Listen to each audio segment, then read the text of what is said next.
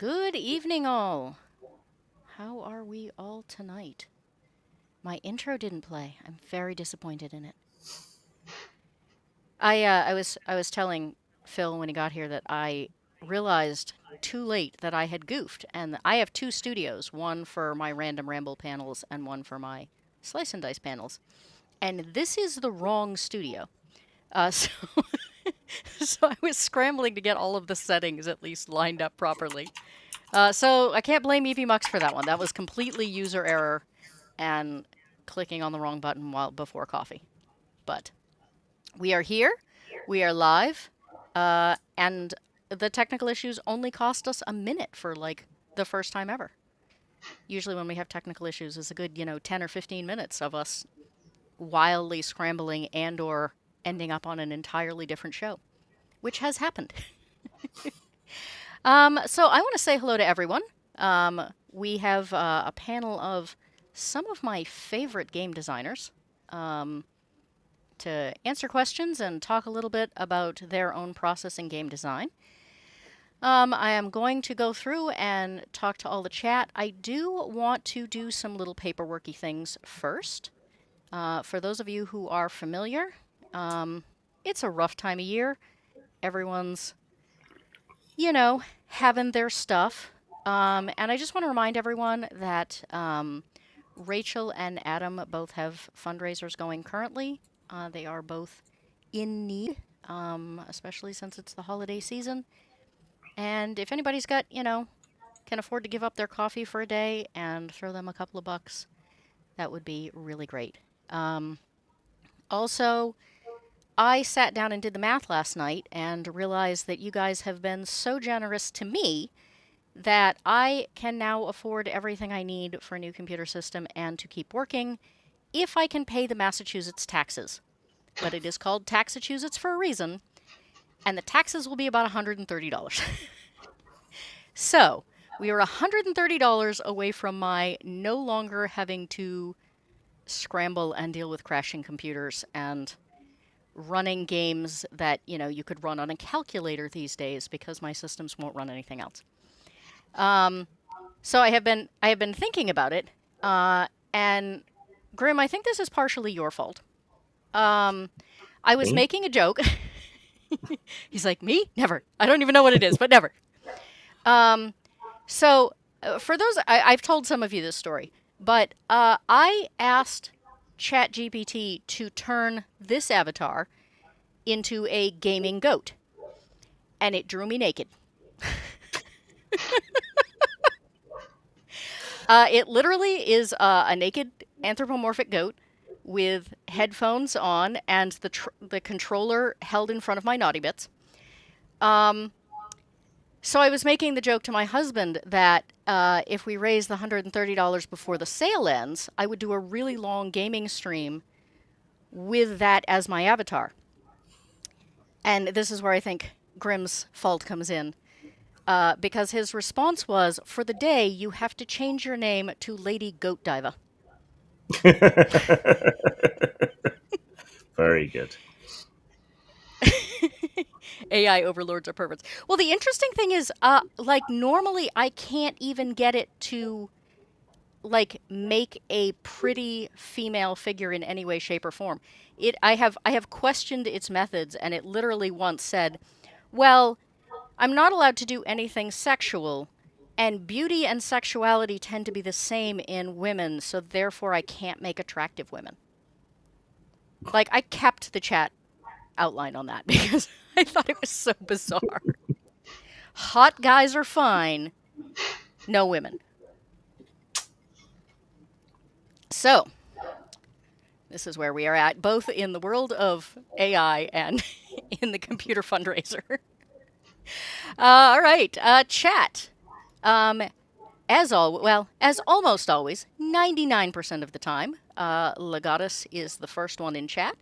Legatus is one of our mods, and absolutely fabulous, and I'm pretty sure lives on the internet. We have Ben Dover saying hello, and hello to you. Ben managed to stop by my gaming stream earlier today and actually didn't lurk for once. He actually talked to us. It was wonderful. Rachel is here. Rachel, I am sure when Eraser pops in, we will get the link up for your fundraiser. So we do want to make sure that you get some help out there. Proctophile, it is going very well. I hope it is for you too. And let's see. Lots of conversation. It's just a matter of scrolling down through the conversations of everyone. Oh, there it is right there. Look at that. Eraser's already here and already has the link up. Because that's the kind of guy he is. Eraser is also our mod. I have the two best mods on the internet. So there. Hanayama-san is here. We are still celebrating the fact that he is allowed to socialize with us again, seeing as he's gotten he has gotten his new computer. Yes, the AI overlords are perverts, perverts, and welcome. Though I am entertained by the number of people who are apparently more upset about the fact that you can't have attractive women than the naked goat. Hey Farv, good to see you. Even for a little bit. I know that you've got your stream tonight, but as a non-gaming system author, wanted to swing by and drop a like before I go. Thank you very much. We are glad to have you for as long as we can. And did I miss anyone? I think everything else is people having chats amongst themselves. And I am sure we will have more that pop in later. So, we're going to start off today with a little introduction for those of you who haven't caught these fine gentlemen on here before. Talking a little bit about how they got into gaming, how they got into writing, and how they ended up where they are. Grim, let's start with you. Right. How to put this relatively succinctly. I have been working professionally in the gaming industry for about 25 years, and I've been producing fan material before that, back in the age of photocopiers and so on, for about 5 years before that. I used to produce like zines and things and bootleg supplements for Cyberpunk and stuff that I would hawk around conventions. And then when adulthood forced me to try and make money, I spammed every RPG company that had an email address that we could find at the time, saying, "Hey, do you need anyone to work on anything? Here's a bunch of ideas we had." And Steve Jackson Games and Mayfair replied. And I think Mayfair went under before the deal went through. So I ended up writing the comedy supplement, The Munchkin's Guide to Power Gaming, with my writing partner for Steve Jackson Games.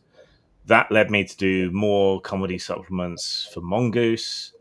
I already had friends and so on in the industry. Eventually, that opened doors to working for other companies. And then eventually, I just wound up working for myself because it's the only way I could find a competent boss. So that's kind of how I ended up there. Um, Anything else you want me to quickly cover? I am. You think's I mean, important? I know you do a lot of comedic stuff, but I mean, first of all, I find it interesting how many people I know who work for gaming companies that all started with Steve Jackson Games. I don't know if he's just was the first one to like have that many freelancers on board, or what. I am not. uh, I am not surprised to discover that it was Power Gaming. I think it's because they kind of had in-house editors, and they were also churning out a lot of GURP stuff back in the day, which a lot of people. It was a way to engage their fandom and role playing at the same time in a productive way. Yeah, But I yeah, feel like maybe it's just I know less people that play GURPS now, but man, it feels like GURPS has kind of fallen off in the last few years. yeah. What was the first thing that you wrote and published for yourself? Professionally or unprofessionally? Professionally. Professionally was Cloak of Steel. So back then, I was trying. This was at the very, very beginning of the D20 boom. I was trying to set myself up as a cooperative instead of a regular company or a sole trader. The idea being, the sort of hippie one that we would all work together and take a share of the profits. But gradually, people drifted away well, not that gradually until it was just me working on it. So I just said screw it and finished it myself. So that was a D20 fantasy mecha game. How did you form Postmortem Studios? Was that Uh, early in the process or later in the process or? that was kind of towards the end of the process of putting together Cloak of Steel because people had drifted away and didn't seem interested or to have much energy in helping out very much. Mhm. So in the end, I had to shift it over to a sole trader model. So basically, just me. Um, I don't know what they S- call that in the states, but I was just gonna say I am not familiar with that term. okay. Uh, Sole trader is where you are the company and the company is you. Like you Sole keep separate proprietorship, I think books. maybe Right. then. Yeah. Mhm. Okay. Yeah. Um, I only know that because my mother runs a sole proprietorship. um, the law is not my forte. Do you have a um, favorite? Sorry, go ahead. no, no, go ahead. Madison, do you have a favorite project you've worked on in your extensive career? Working for other people, I really liked working on SLA Industries. Some people call it Slay Woohoo! Industries. I don't. Um, yeah, that was me and the main artist and creator Dave Allsop. We were kind of vibing on the same sort of level at the time, Mhm. and so that was a lot of fun. That was very productive. And out of my own projects, I don't know. I'm always on to the next thing, and I'm never satisfied with anything. So I can't really point to anything. Understood. Um, yeah, you have no idea how excited I was when I found out you worked on Slay Industries. I also called it SLA Industries for years until people would look at me like I had two heads, and then I'd have to say Slay Industries, and then they go, "Oh, that." So I finally just gave up and started calling it Slay Industries. I think it does actually specify in the book that that's supposed to be the name, but um, I have a question for Jim. Why are you so terrible at shilling your stuff, and how have you gone this long being so bad at it?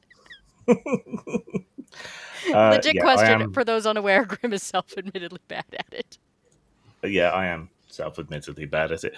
Um, I think I'm good at everything else that's involved in putting a game together, but a severe attack of Britishness always comes in whenever I try to sell anything, and marketing always feels kind of grubby. Grim So needs a secretary that carries a baseball bat. That's what it amounts to. anyway, I've been hogging the time. Let's introduce the others. That translates into he's beginning to be uncomfortable with so much attention. Correct. Hi, Simon. Um, Grim forgot to post the link to the show when he posted he was on it. So wait, you posted that you were going to be here, but not where you were. I was in a rush because I had to fix my camera. So Okay. All right. Tell us about how Alpengard came to be. All right. Well, I've been gaming since the early 80s, got into Dungeons and Dragons, eventually expanded into Vampire the Masquerade, that sort of thing. But it was mainly the fantasy side, and that was what always drew me. And I think going into the late 90s, I really started designing my own campaign worlds for Dungeons and Dragons, just of course privately. But what were the odds that some major gaming company like that was going to take a gaming world that I had produced seriously? And you begin asking yourself those questions, and then somewhere along the line, it just clicked. Hey, wait a minute! I can make my own game. And you deal with imposter syndrome. Think, who am I? I don't have a team. It's just me. But in 2011, I began Alpengard, started with the core mechanic, and rolled with the D30, which I'd been introduced to in the 80s and never seen it used, especially not a primary in the game. And I thought, that's cool. Let's do with this. And I was able to design the stats and the basic mechanic, which was in place in the beginning. But yeah, I mean, it's you have your day job, and it was 14 years start to finish from 2011 to get to this, and which I was able to launch earlier this year. So Oh wait, hold the book up. you got it. Can you back it up from the camera a bit? Oh yeah, that's There we probably. go. Sorry, still getting used to this. But yes, this is the hardcover version, and of course there's a soft cover and ebook as well. But yeah, it was a lot of work through play testing and all kinds of fun stuff, and dealing with okay, got to get all these statistics straight, make sure it's well written, and cover my bases. And it's been rewarding but challenging at the same time, no doubt. But fulfillment of a dream for sure. He is, by the way, excellent at shilling his shit, and if you haven't looked at his website, you should, because it is the coolest website I think I've ever seen. Thank you, I appreciate that. And But then oh, I am apparently really easily entertained by colored smoke. you know what? Hey, I'll give the shout out to my web designer and Dave, and I'll pass it along to him. But yes, the tops of them have the colored smoke, so why not? Hey, it's entertaining for My me too. my mother raised two gamers, but she herself is not a gamer and is kind of eye rolled about the whole thing. I showed her your website, and she spent like 20 minutes just clicking on things, playing with Oh, sweet. playing Hey, with the colored smoke. it's interactive, right? You know, it keeps us fun. Oh, we all like our shiny Absolutely. doodads. And I am seeing the congrats over there in the comments, and thank you, and yeah, for everybody's support. And Eclectic Goat, you've been huge. And of course, the Talking Crit crew, I see Taylor's on there, and he's laughing because he's got a couple copies himself. So Yeah, it was like, thank you. what do you do with two copies? I mean, They look cool. One, well, they do look one cool, hard but cover and one soft cover. So, I yeah. think I didn't realize there was a soft cover version. I think that may be it. I don't think I realized it was a soft cover. Well, that's an interesting story because originally I'd intended to go straight to hardcover, and I just assumed that the format I was using at a retailer that shall not be named would go with 8.5 by 11 inches, Ooh. right? No problem. Yeah, no sweat. So I kept inputting the file, and over, it kept rejecting it. And finally, I get that little algorithm generated message that says, it looks like you're trying to do 8.5 by 11 inches. For hardcover, it only takes 8.25 by 11 inches. And so I had to go with the soft cover first, which did take the 8.5 by 11. And then my designer and I mean, that was a whole challenge in itself, was to reformat it, because just losing that quarter of an inch on the horizontal had a domino effect throughout the entire book, starting at about page 20, and ended up adding 20 pages to it. But that's the reality of just one of those details I missed and made an assumption, and it bit me, but that's okay. We got there in the Yeah. end. Layout. I want to get through Aaron first, but layout is one of the things I wanted to discuss um, For with sure. all of you because part layout and part printing, and how you know I think everyone designs their thing with a certain idea in mind, but then you start shopping around to printers, and you discover that the printer that gives you the best price won't do your layout and whatever. So I'd like to talk a little bit about that in a little bit. Simon says, speaking of shilling shit, Goat, have you mentioned the milestone on your crowdfunder on this stream? I did. You missed it, and it involved naked goats, so that's what you get for being late. Um, um, anything else? 14 years. Wow.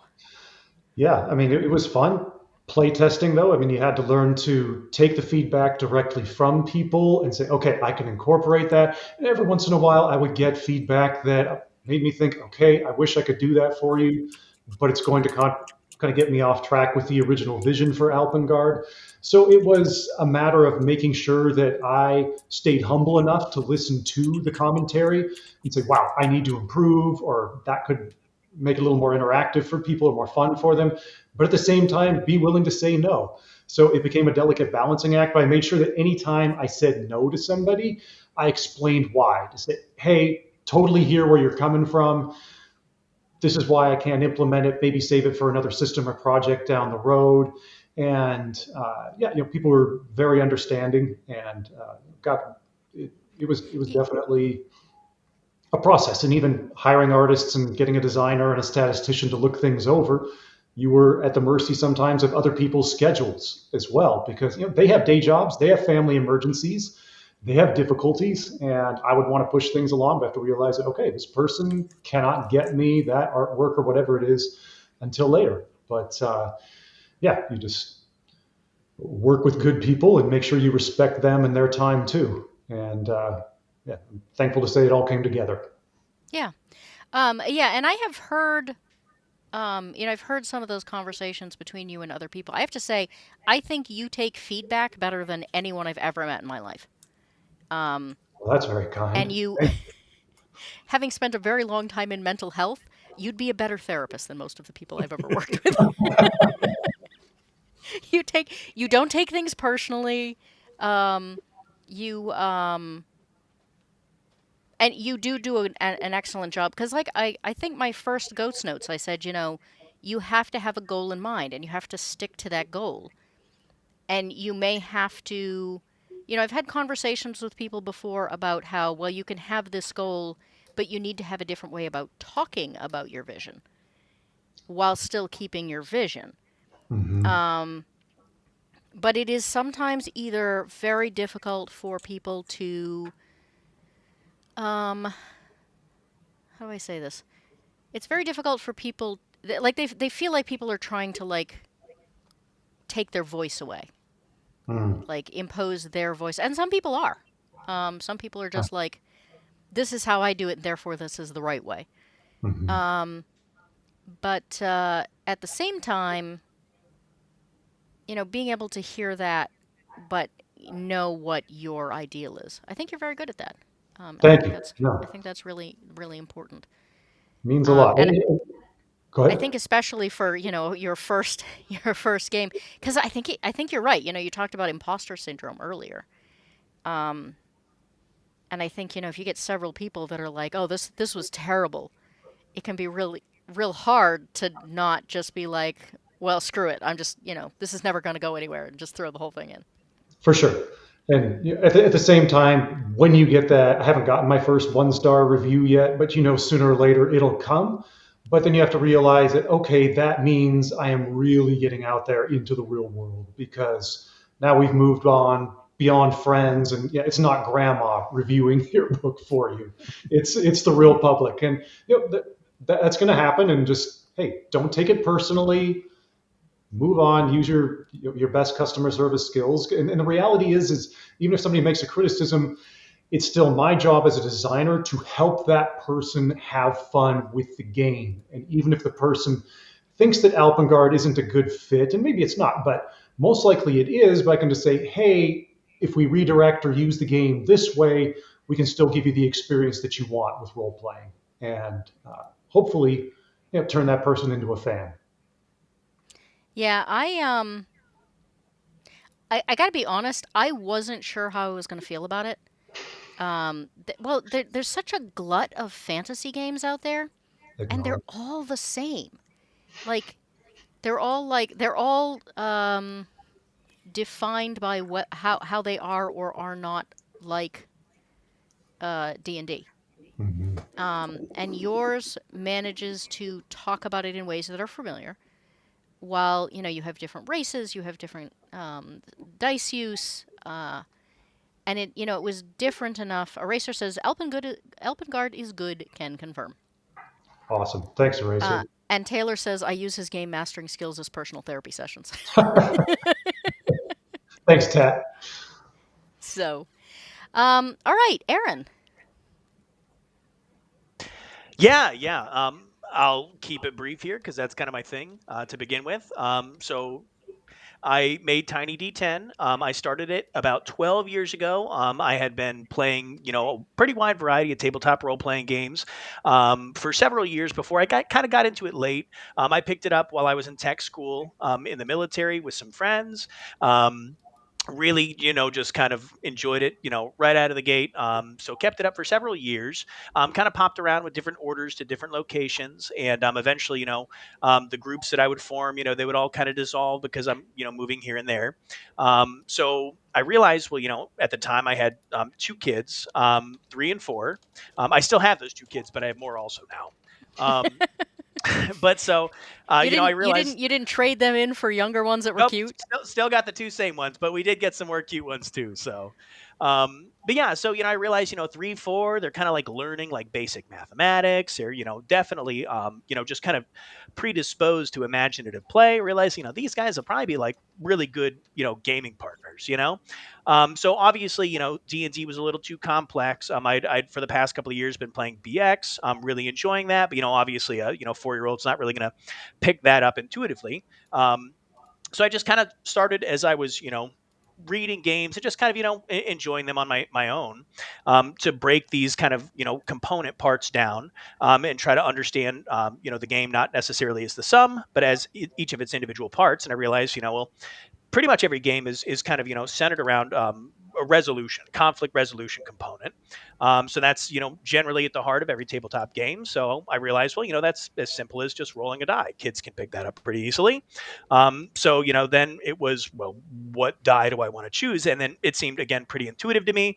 Kids learn in base 10, so we went with the D10, and just kind of went from there. So we started just kind of playing make believe, while adding just a little bit of structure to it, conflict resolution by the D10, and then just as we continue to play, um, and they continue to grow, kind of a demand for more rules or a little bit more structured play. They would kind of rise to it over time. So we just tacked another rule on here, another rule on there, and after a couple of years, it kind of turned into a full fledged system. So it went from one page, a few years went by, 2 pages, then a few years went by still, and it went up to 10 pages for the core rules, and that's where it sat for probably the past 6 or 7 years. And that's pretty much it in a nutshell. It's a 10-page system. It's kind of built around classical heroic archetypes. It has very familiar races, very familiar classes, but in a sort of historical and mythological way, not necessarily anchored to all of the most familiar aspects of fantasy, like Tolkien or Lewis, but really kind of going a little bit further back and looking at more of those classical sources of fantasy. Very cool. So like the actual legends that those came from? Yeah, that's exactly it. Yeah. So, and then of course, it has a very strong bias towards medieval European mythology and folk stories. But each of these classes specifically is kind of based on either historical or mythological figures of European folklore. So again, it's very kind of deeply rooted, and for that reason, it's, I think, intuitive in a lot of ways. But it's also, I can only do so much with 10 pages, but very much by design, it gives the player an archetype to work from, and it can also integrate with their understanding of fantasy. So it's extensible, I think, in an intuitive way, in that sense, in that it provides a foundation for fantasy that we all generally agree on, having been immersed in it for centuries now. And gives them a way to extend that into their own understanding of fantasy, in a really just kind of quick and clean way. I think if I remember correctly, either Rachel or Natty, or maybe both, um, said that they had not ever role played at all, and they took your game to a family gathering and played it with their nieces and nephews. And she said, I don't know, I think we won, but it was fun. Awesome. um, Well, yeah, I'm glad to hear it was fun. That's the whole point. but it's I have found with several people that I've introduced to it that it has not only been a great way to introduce kids to role playing, but adults who've always been interested, but like they're really nervous about Mhm. looking bad. Because honestly, it's pretty hard to screw your game up. Um, That's what I'm aiming for. and And and that's kind of been my experience too. Is I've had, over the years, obviously I've taken it to many tables, and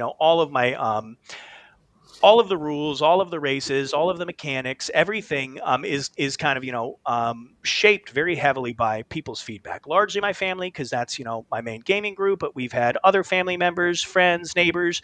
I've probably played this consistently with more than 50 people at this point. Anytime a neighbor will say like, oh, D and D, I've heard of D and D, I've always wanted to play that. It's like, well, I've got something you could try, So I wrote people in that way. Um, but yeah, it's always been, I really like to play it with new players because it was designed in a lot of ways for new players. Also designed for anybody, obviously, who's ever played a game or not played a game. Something you can just pick up and start running in a few minutes. But very specifically designed for kids and designed for people who have never played before. And I try to keep a lot of the instruction or a lot of the direction in terms of what is role playing, how do you role play. Try to keep that out so people can role play in whatever way that they think role playing works. They're kind of those two main types of people who like to actually role play and people who like to just kind of narrate what they're doing. There's no prescriptives in the book. However it feels intuitive for the player, whatever way makes sense or whatever concept they have of role playing. It's very easy to just kind of insert into Tiny D10 and just express in whatever way they're comfortable. Yeah. Um, I too. So I have run your game at conventions. Mhm. Um, and hey, Jacob, welcome. And welcome to Zax, who came in a couple of minutes ago. Um, so his game, much to my continuing to nag him, he gives away. Um, I strongly recommend that if you download it and like it, get the printed version. I hope he at least makes a couple pennies off that. I don't. You It's at cost. And if you really want a print version, you should connect with me on X because I do a print version, and then I do stickers. I've got stickers, so everybody who buys one, it's $10 flat, shipping included. Unless you're outside of the continental United States, then I recommend going to Lulu where you can do print on demand. But yeah, in fact, let me just dig it out here. I've got a bunch of them that if you ever want to get a copy and a bunch of stickers and any other cool stuff that I just feel like throwing in. There is one of our friends over on X, Captain Graybeard 13. He just started a tea shop called Friendly Halfling Tea. So I bought a bunch of really delicious herbal, like almost like entirely organic tea from him. So I'll package up like little loose leaf teas and send it out. Yeah, I missed the tea. I It's was really it's about irritated. well, you know what? I just put your zine together last night, so I'll slip a bag of tea I in there also for you missed the before I send it stickers. out. Oh, they're coming too. Plenty of stickers. Yeah, Um, I'm always trying to do something new. So, do you at least let people do you have like a tip option at least? no, I don't. I like to trade. Trading is fun for me, so I'll do sticker swaps. If somebody wanted to send me one of their books in exchange for one of mine, which I've done before, I've got quite a few mutuals books back on the shelf here from that. I think the experience is worth a lot to me. And then of course, like much prefer trading for something unique over just getting money that I'm just gonna waste on beer or something. Hey, hey, hey, hey. That is not a waste. I mean, as long as it's good beer. Right. Well, yeah. Um, yeah, I mean, my life is all about barter. So like I get that, but man, it's a good system. Like the fact that you Hmm. you don't get anything for it, I find frustrating on your behalf. I know you don't, but Well, anyway, I do get a lot out of it. I I enjoy it. And that's that's more than money can buy for me. I strongly suggest if you have ever even considered role playing, um, take a look at his game.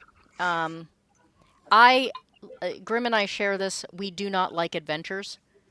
But the adventure you sent me to run at convention, I did really enjoy, and I've run it several times, and it has gone so differently every time. I've noticed that myself. Obviously, when I play at home, I've got a big open world. I very much like the sandbox style play. So that's typically how I play at my own table. But yeah, when I bring new people on, we kind of go through that adventure. I've probably run that adventure genuinely 50 times. And I've tried to kind of port as much of my sandbox style preference into that game, in that it's a place with things in it where they're constantly happening. And you can do a speed run through it and get to the end and get out alive, or you could turn every stone, find every secret door, reveal every mystery. But it's Wait just a minute, they're supposed to live through that game? That's never happened. again, like you said, I hear people like just recently Rump DM. He did a really good kind of after action report of it, and everybody except for I think one of his characters survived. So it's just it's different every time. It's a little bit of the mercy of the dice, a little bit of the way you use your strategies, the way your kind of group synergizes. Be a lot of variables, which there obviously should be. If it were the same outcome every time, I would think there was something wrong. Yeah, and then there's the Which tank is that hangs unique, out in the pool full of leeches and doesn't move. Right? Yeah, Yeah, he's that not was that was he's not very yeah, friendly. that was not the greatest move for that team, but it was funny as heck though. Well, and um the GM should enjoy running the game. You should be having fun. You should be getting some laughs. So Honey Amazon says if you don't survive Aaron's game, it's a skill issue. Well, I mean, for some people they're just learning. I always say that what indie creators need to keep in mind is that the largest possible audience you have are people that's never played a role playing game. yeah, big time. Because otherwise you're just competing for the same audience that D&D has pretty well already monopolized. Yep, very true. For whatever reason. I consider D&D to be like McDonald's. Like, I don't Over 1 billion understand. served. I don't understand why it is that people are obsessed with McDonald's. And yet, I used to work at a prison, and the number of people who were getting out, and the first thing they said, not I want a home cooked meal, not, they've been complaining about junk food the entire time they've been in. No, I want to go to McDonald's. I was like, I don't get it. That's how I feel about D&D. I'm like, I don't get it. I always joke that I left D&D before leaving D&D was cool. Because the first time someone introduced a different game to me, I was like, oh, D&D's not very good, is it? I'm just realizing this. I would like to talk a little bit about publishing because you all kind of have a very different take on that. Grim, you have Postmortem. Alpengard has its own website and the site shall not be named. And then Aaron, you have the download format and or printing format. Can each of you talk about why you chose the routes that you did, what the benefits are, any issues you've run into through that? Silence. Oh, I thought we were just going in the same order. We'll let Oh, Grim no, go. Do we want to go in the same order? We can. That's totally up to you, or you can jump in, whatever works. So, when I started out, I was freelancing for other companies. So, Steve Jackson Games, then Mongoose Publishing, a couple of bits and pieces for Wizards, Nightfall when they got their own property back, a couple of other several times. a couple of other PDF oriented publishers in the early days. Working for someone else got frustrating very quickly. Mongoose only wanted me to repeat comedy again and again and again because the Munchkins Guide had been such a hit for Steve Jackson Games, and they'd spun all this other stuff off it. But I was getting increasingly frustrated with that, and most of the work that was out there was, D20, D&D related. And I began to find that kind of grating, and it was getting obvious to me that the D20 boom was going to bust fairly soon. In the early days, I also had a regular Squares job, a couple of them, and so the freelancing made more sense to do on the side. Then the .com bubble burst, and lost my job. All my housemates at the house we were sharing, who were all gamers, they all lost their jobs at the same time. So we ended up getting scattered to the four winds, and I ended up living out of one room at my mum's place for about 18 months with my missus. And there was just no employment for someone who was capable of more than stacking shelves at the time.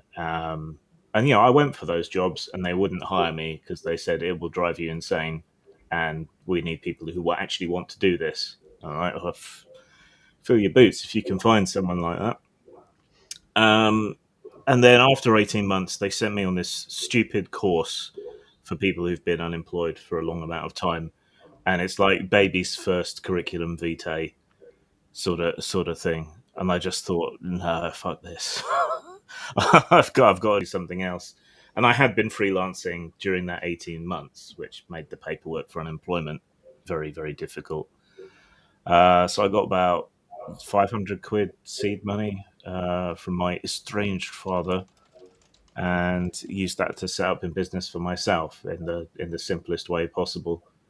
And it was still fairly early in the sort of PDF ecosphere, whatever you want to call it. So I was able to make a bit of a name for myself, and I already had a bit of a name for myself from working for these other companies. So I was able to make a moderate success of it, and I still do. So that's I chose the route of self-publishing and becoming a publisher myself, partly because I just bristle against authority and find it difficult to cooperate with people who are in charge of me, even though I'm polite, obviously. And so I needed the freedom to do my own thing as much as possible. Turned out that was the best idea because I ended up burning a lot of bridges, but they lit my way, so that was all good. Anything else you want more detail on there, or? Anyone in the chat have other questions, or do the other two panelists have other things? How long has it been No. active? Oh, Sorry, you may have mentioned it while I was trying to answer other questions. How long has Postmort existed? 2001 officially, I think. How many projects have you officially launched under the Postmort label? Hundreds. Wow. Okay. Very cool. Because I work with Brad McDevitt, who is a veteran artist as well, and he produces stock art for me and for other publishers. But of my own personal projects, it's got to be over 100, even if you discount the stock art. Some of it's short little things, some of it's freelance work I've done for other people, and then a lot of it is my own stuff. No wonder you occasionally mention something and I go, I don't remember seeing that before. Yeah, I forget some of it. So Pretty cool. Okay. So how did you decide to set up the Alpengard website and go that route? You know what? As a customer Trying really service, hard. I'm really trying really hard not to say the name. well, as a customer service rep who my day job was responding to people and ghostwriting for store directors of a grocery store and responding to people all day. And then this was what I worked on in the evenings and on weekends. Just tell my wife, okay, I'm going to have to take some time to do this. And just the self publishing route seemed to be the most viable. And then, especially just doing the print on demand, my approach was just, well, I need to financially, and then also just not wanting to pay it for a bunch of books up front and then having to sell those through. So I figured, print on demand is going to be the best way for me to go, and working through the retailer that shall not be named, your favorite, and then also throwing drive-through RPG out there as well for the ebook, as well as another source for the ebook. And so that just became the best route for me to minimize my stress, because we all have to play to our strengths and realize, Grim, you're joking about how selling is not your thing, but it's. I had to look at, okay, what is going to cause me more stress than it's worth versus allowing me to use what I do better and focus in another area. And so I just decided that for me, the print on demand would be the best route. I was able to create a good product through the retailer that shall not be named. And it was very solid. So I thought, you know what? I want to give people quality when they come to me. I need it to be consistent. And if something goes wrong with one of the books, they know who to talk to, and it's not me. So, and I'm happy to redirect them, and I was confident that I could give them that. And so it just became the best way to provide a vehicle to give out the product and make it available to people. So Yeah, for my position, it was the most rational for sure. And it gave you kind of a middle buffer between you and people in case anyone got. Do you have a copy of the paperback, by the way? Like I said, I had no idea there even was a paperback until you just mentioned it. Yes, so just a little floppier, but yes, it's 20 pages shorter, as I mentioned, because I got away with the 9.5 by 11 in the paper, the soft cover version. And but yeah, it's a less expensive version, and then of course I have the ebook on super sale right now, just to because I Oh, recognize. really? Hey, yeah, no, I mean Oh, it's sweet. yeah, £4.99 in the US, £3.67 in the UK. So it's just something that yeah, it's not going to be that's not making me a ton of money on each one, but I recognize that as you pointed out, people just go with Dungeons and Dragons, and so often, I mean, you're fighting the inertia, right? As game designers, we all know this that there's just this man. It's like you're pushing against a giant concrete block, and occasionally you budget a little bit, but people just tend to gravitate to what's known, what's popular, and sometimes those things are quality, but it's just frustrating for us, who know there are these other quality products out there that we've produced. I know a lot of other designers would echo that hey, we can't redirect people, and but once you get them into your game, hopefully they enjoy it and become loyal to it. Okay, so it's $5 for, and it's what, like 400 pages or something like that? Yeah, I mean the one you're going to get the ebook will be 390, and then this Okay, one's ish. I 410. can't do math. I round up. So, oh Ish. yeah, no, no, yeah, 400, give or take. So yeah, I won't be able to do that forever, but for now, hey, I want people to play the game. I've made myself available to play it online with people and teach them because it is. If I can ever make a music video, it'll be I'll spoof Justin Timberlake and do Bringing the Crunchy back because there is a certain amount of crunch to the character building process. But as you know, go once you're in playing the system itself, it flows smoothly.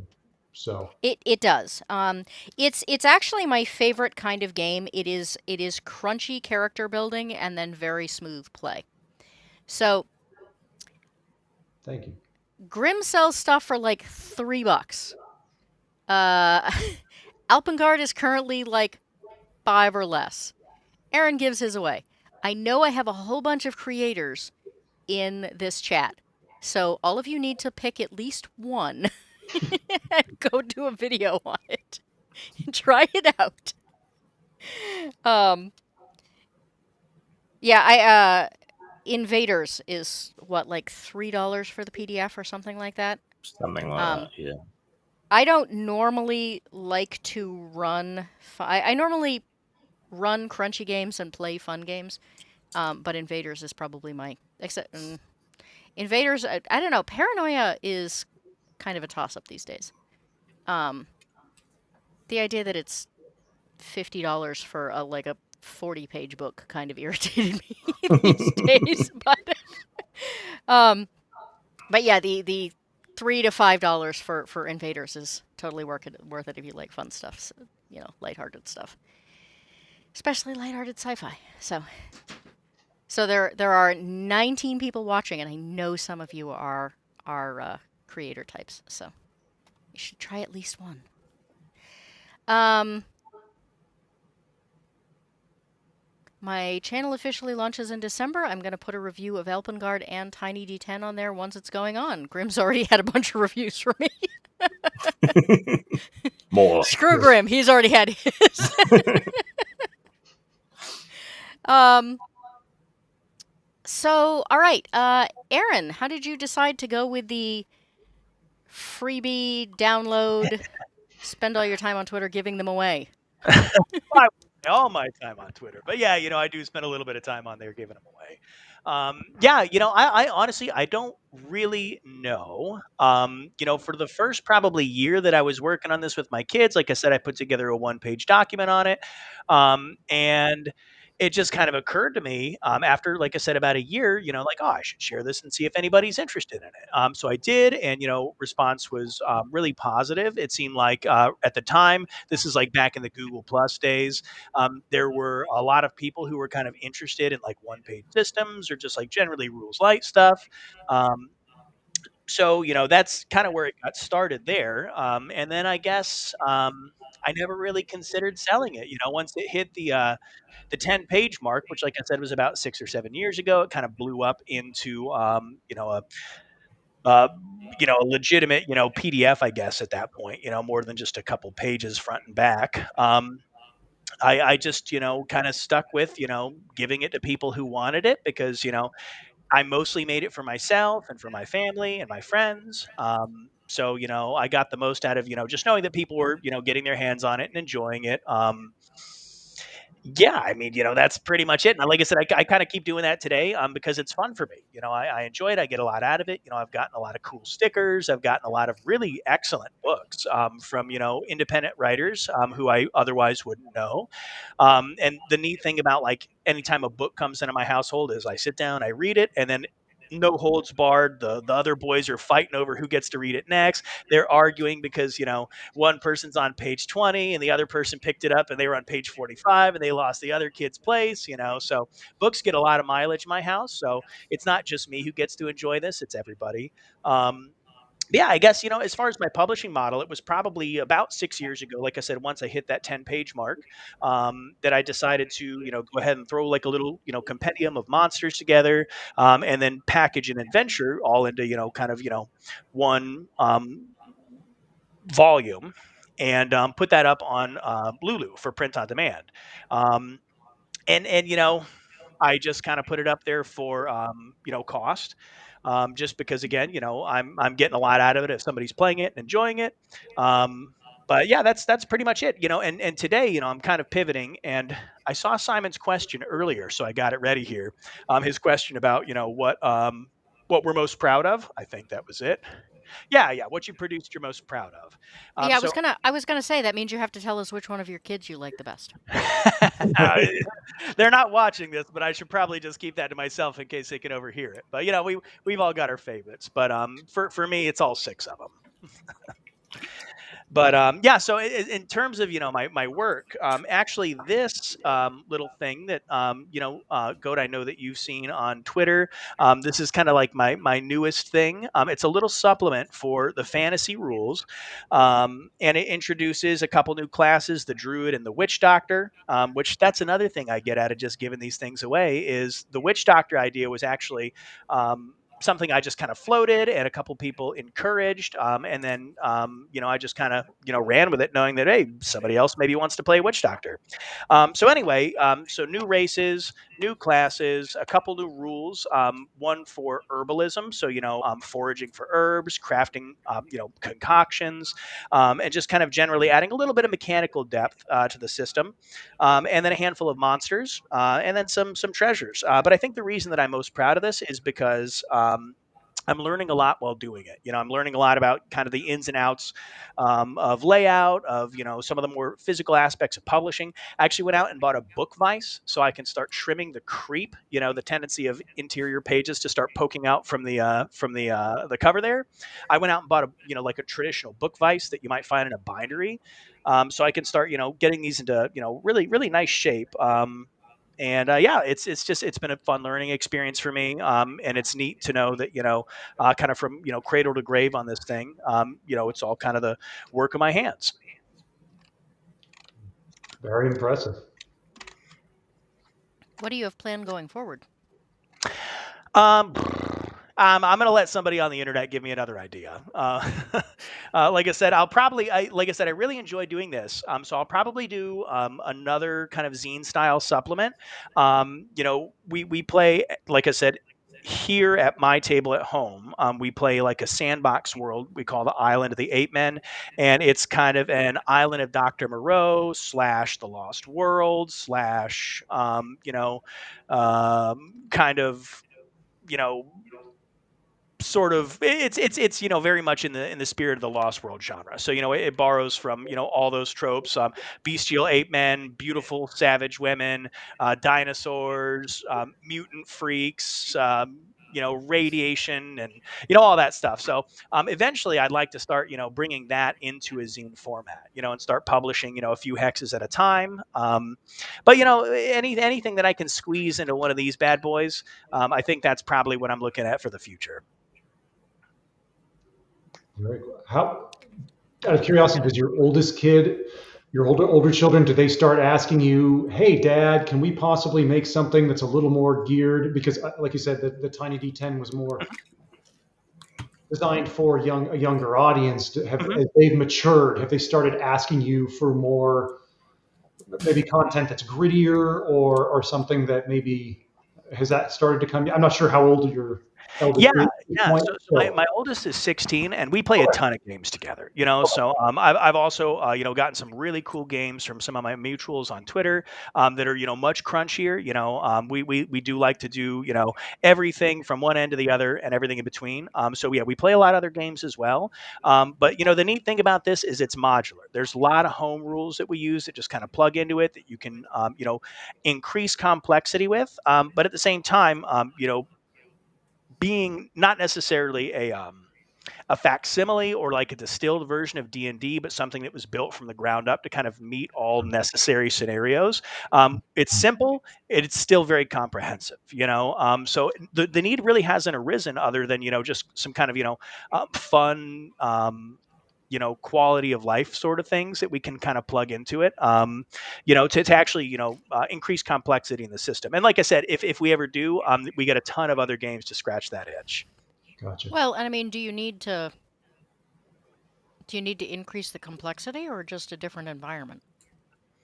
Right, right, and that's exactly it. And a lot of the rules actually come. You've got the kind of core resolution mechanic, and then I would say probably if you break the system into two parts, the first one is the core resolution mechanic, around which conflict is resolved, and the secondary portion is the mechanical attributes of each class and each race that kind of influence how they interact with the world. And any other rules that we might need, you can just put those into an adventure. If there is like a specific maybe condition that could affect a player, they're poisoned, they're stunned, something like that. You just tack that onto a monster.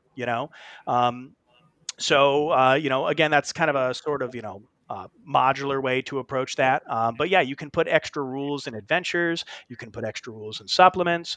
But yeah, in terms of, yeah, like, do we actually need it? No, anything we don't have, and it says it right in the very beginning of, Fantasy Core. If you don't have a rule for it, make one up, I don't necessarily think that, stripping rules away is, something that should be done for Tiny D10 because there are already so few. But any rules that don't exist, make it up. There's a few pages in the back with a little banner for house rules. Write them down. Add rules to the system that help you, resolve unique situations that are, kind of coming up frequently in your game. But yeah. I mean, otherwise, I think role playing is a relatively intuitive thing, and agreeable resolution is a pretty easy thing for a table with a good rapport. Well, if you ever decide to do a Tiny D10 Cyberpunk, I would suggest you not put elves in it. Yes. I would only do humans. I think in like every other genre, it would only be humans. I seriously considered, just and in fact, I am kind of in the process of creating a new. Um, it's really more of a setting, kind of based in medieval Europe, 14th century, where the players are knights. So obviously you have to be humans, and everything fantastical, everything magical is inherently evil. So that's your job as kind of a retinue of cavaliers is to go out and vanquish evil, and you're only humans and you don't use magic. But that's another thing that's kind of that I'm working on. But You're yeah, doing a if I ever Templars game. essentially, yeah. So yeah, it takes like all the popular knight orders of the time, the Teutonic, the Templars, the Hospitaliers, and gives you it basically reskins the classes and kind of puts you into that. It's very heavily focused on the chivalric principles. It's kind of like a dark chivalric romance. Le Morte d'Arthur style. But yeah, so yeah, there's a lot of mileage still left in this. But yeah, no elves in Cyberpunk. I'm writing it down. Damn straight. I enjoy Shadowrun. Grim does not. Original Hamster said it's fun listening to how much more accessible publication tools have become over the decades, which made me think about accessibility. Um, are your PDFs easily accessible for people who are visually disabled or visually impaired? Um, my main visually impaired friend would say no, because I'm very reluctant to spend time indexing things because I'm very lazy. Um, but in terms of readability, obviously, if you can get it onto an e-reader, you can blow up the page, make the text bigger, whatever else it is you want to do with it. I think that's the most important thing and probably the easiest thing. Um, I've had discussions with other aging gamers, and yeah, there seems to be a growing desire for larger print books, which means you get to sell less for more, I suppose. So, kind of appealing from a corporate point of view. I'm just not sure how good of an idea that is for layout and so on. So, So uh, one of my regular gaming group has even poorer vision than I do. Um, and we're doing a Secret Santa, and I have him as the Secret Santa. And I tried to find a large print gaming book, and they don't exist. So as we get older, we're pretty screwed. well, okay. So what I have done is that I read out the fifth edition D&D SRD into an audiobook on my YouTube channel, and I did the same for Daggerheart. I might do the same thing for Fate. Um, and a lot of people who are visually impaired said that was really useful. A lot of people with dyslexia said that was really useful. It's just it's a lot of effort to go to, so I have to kind of pick and choose which systems I'm going to do that for. But it's something I intend to keep doing for other open systems. You do have a fabulous voice for it. Hamsta says some PDFs are formatted as images while others are formatted as text documents, which I assume means the text documents can be put into a reader and the images cannot. Do you know how you guys formatted yours? Yeah, for me, mine is formatted as a text document. So, like if you use Adobe Reader, it will prompt you to, adapt it to like the liquid mode. So then, like Grim said, you can, kind of pinch to zoom, increase font size, things like that. So yeah, I think, just by default, my formatting has taken advantage of a lot of that accessibility stuff. Cool.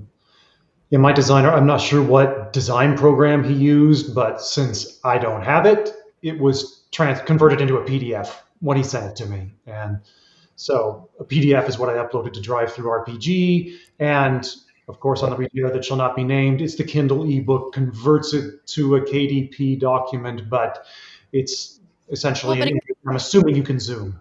and a Kindle would read it out loud anyway. Oh, okay. That was kind of what I was asking was that Yeah. Gotcha. I didn't know for that. for So people that actually need them read. so text to speech can be a bit tricky, especially with PDFs. If it's the native format to the reader, less of a problem. PDFs, sometimes it throws a fit because there's all kinds of different standards and so on. And so it can jump columns, or if you've got a fancy layout, the reader sometimes has an issue with it. So it's a bit tricky. And the margins just aren't there in the RPG industry to do all the multiple formats and everything that you might like to do, unfortunately. Well, one of the reasons I thought about it is that like I am interested in the idea of Morkborg. Um, I can't read it to save my life. My vision is already poor enough that the weird fonts and I mean I can do it in like tiny bits, but my eyes start to hurt after a while. Um, and you'd never be able to use a reader with that. Um, it's too graphics heavy, and like I said, the fonts tend to be kind of all over the place. So, and I notice even just for myself that I hopefully have a few decades yet to go, but it does get harder and harder for me to read the paper ones. Not as much as it does the electronic ones. The electronic ones are much worse. I don't retain information as well when I read electronically. Hmm. And I think I'm not the only one. I've talked to other people who say that, so like every book I've ever read on paper, I can tell you the plot of since I was in like 5th grade. I cannot tell you there's a book that is on my tablet. I know because the tablet tells me that I have read it 2 or 3 times. I remember nothing about it, like at all. Yeah, you're not alone there. Obviously, I prefer books in print as well, and for me, it's an attention thing. If I'm looking at my device, I just end up I'm reading something, and then I feel like all of a sudden I'm just kind of looking through it. I'm not looking at the words on the page. So yeah, I go for paper copy every chance I get. Yeah, absolutely. And I know that again, you were saying margins aren't very good, and sometimes PDFs are just the way to go. And so I do try and support providers that that's their only option. But man, if I can get a paper copy every time. Yeah, I think it makes all the difference. There is something Um, about holding a good book. I mean, it's just you can kick back in your chair. I mean, I don't. Yeah, digital copies have eliminated part of them, but they're never going to get rid of all of them. Especially as people realize that just having that physical copy. I mean, just the tactile component to you may engage some learning centers of the brain. I don't know, but it certainly is just cool to flip through the pages, and it makes you a little more invested in it. yeah, I do think there's got to be a visual thing. And again, I don't know if it's just because my eyes are poor. My brain also doesn't work as well as it used to when I was younger, so that may also be a difference. Um, but it is interesting that gaming. I mean, the fact is that a lot of the original gamers are now hitting the point where we're going to start having visual issues. Even those of us that were not born with terrible, terrible eyeballs. um, and it surprises me that there are no large print gaming books. It would be difficult when you have like a 400-page gaming book, but when you have you know, the the Guilty. smaller, lighter ones, it's a little surprising to me that. Feeling pretty called out here. Do you want me to make you a bigger font version? Right, You I'll know, print it the out. the thing is, the thing is though that because yours is just black print on a white page and it's not seriously graphic heavy, yours isn't all that hard. That makes sense. Um, it's when you have 40 million colors and pictures everywhere, and it's one of the reasons I made the joke once that when you have a color, I can talk, cover that has all pastels and a team like doing a superhero pose instead of like the primary colored action shots you used to get, it's probably not the book for me. And it's not just that I'm probably not going to like the content, it's that the color scheme and the setup is just less likely to be something I can deal with. Hmm. Chris Hunter, I believe that has been done with Traveler, please, perhaps by Mongoose themselves. I apologize, I missed what you were responding to. What was it that's been done with Traveler? Have they made a large print book? Because that would be great. Go. um, How did you find Shadow Dark? Because one of the few criticisms that's been made of Shadow Dark was that they used a big font and a lot of white space on their pages, and so to some oh, maybe people it that's felt why I like a found bit them of a. so easy to read. I was I, yes, I so you had honestly, a so you I, had a I good honestly experience with hadn't it. thought about it. But yeah, I did find it very easy to read. Um, and I had assumed it was because, like I said, I have an easier time if it's on paper. Period. Mm. Um, I think a lot of it, people like dark screens these days, and they game with the lights off, and everyone thinks I'm weird because I have all the lights on in my office and everything's still white screen. And I think when people make things these days, they make them assuming people are hanging out in the dark. Um, Mm. so that may be part of it too. I just can't. Um, I my night vision is even worse than my day vision. So, Gen Xers are only just hitting old age for the first time. Do we get a second old age? Because that would be awesome. So there hasn't been a sizable population of gamers in need of larger print. No, what I'm saying is that there are getting to be now, and I'm surprised that no one is jumping on the bandwagon. Yeah, Christopher Hunter says audiobook. I just had a long discussion with somebody about the fact that I kind of like audiobooks. Less so now than I used to. I used to drive a lot for work, and they kept me company.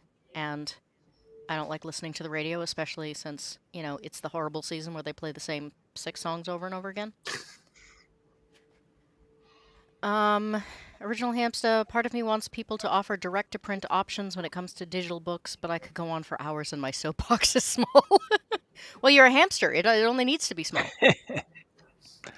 Even if books have links to larger font documents online, someone's going to have to be responsible for maintaining that link. That is true.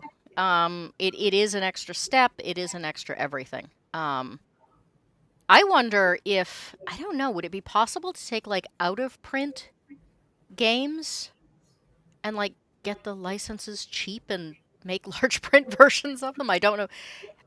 Grim, you might be the best person to ask that question of. Is that even a possibility? Well, yes, and no, both at the same time. No role-playing game is old enough to be in the public domain yet. Some of them are definitely orphaned works, which means nobody knows who has the rights to them. But you would take a risk doing anything with them. What you could do, and what I would quite like to do, as a bit of a historian and an archivist as well, is to retroclone other systems than D&D. Some people have done that for a few games. You could do that. It won't actually be the original game, but it will be close there too. But you got to be careful, because someone might pop up saying, "Well, I own the rights to that," whether they do or not. So, Thanks for the warning. But could you actually buy some games that were out of print for a long time cheaply, do you think? probably, if you can track down who actually has the rights to it, and you can be sure that they do actually have the rights to it. The retirement plan for RPG authors is not particularly good, so I'm sure that many of them would be willing to sell rights to their old games.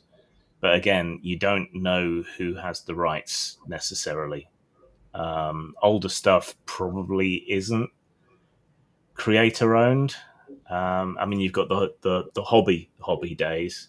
Then you have to transition into a more corporate structure where you have multiple companies and so on, and rights get passed around, and bigger companies buy them, like Wizards buying TSR and then being bought by Hasbro, and then it gets complicated. So I want to see you handle macho women with guns. I did the Why D20 am version. I not surprised? I did the D20 version for Mongoose Publishing because they were still trying to pigeonhole me in the comedy thing. So, I don't think I've ever seen the D20 version, but I had a friend I once upon a time who used to play the original version. don't know if I have it handy. They did censor it quite a lot, which is one of the reasons. Well, that's a shame. I decided not to do that so much. The D20 version was censored? Yeah, it was much more satirical of the Bush presidency at the time. What? Yeah. Come on, it's run in high heels. That's the point of the game. Well, that in the original stuff, Macho Women with Guns, Renegade Nuns on Wheels, Battling Bimbos from Hell, and Macho Women with Guns Final Chapter Part 2, there was a lot of piss-taking of the Reagan presidency. So I was just following the original. But, yeah. I guess the people I knew who ran it left the political stuff out of it because it literally was just a funny game about Barbie dolls running around with big guns. Yes. Who needs minis when you have Barbies? Oh, that was what I was going to ask. Is Elpengard ever going to have minis? My own miniatures, I mean, you can use them in person. So many of them are applicable. I would love to go that route. My hope is that if Alpengard becomes more popular, because the big missing race is the fawns, the satyrs. And so, especially because I have multiple variations of them, you can have them with horns, without horns, any animal. You could have a zebra type fawn. So, that type of thing would be nice to see appearing. Whereas some of my other races are at least semi equivalent to things that are available and can be mostly found among the miniatures. So yeah, I would love it, but my hope is that if Alpengard's popularity can take off, especially also that you'll get dice sets that have the standard 7 traditional that people are used to with the D20s plus the D30, and then yes, some miniatures would be terrific to use them. But for me, as a self-published guy, I don't quite have the ability to do that. But down the road, who knows? But if other manufacturers feel that, hey, we should be making this other folk and put it out there, the fawns and some things that fit the Alpengard style and the calls, which are my classes, that would be terrific. Yeah, theater of the mind seems to kind of be going away these days. And minis are becoming a big thing. I guess I wasn't really thinking minis specific. I know, right? It's because of 3D printing. Well, that's what I was gonna say. Is that like if you Oh, sold the files and then let people print their own minis, I think that's becoming the new thing. I had no idea. That's a great idea. This is me writing that down right now. So I think what I was kind of leading into was for all three of you. What's coming next? We still going in order? Okay. Um,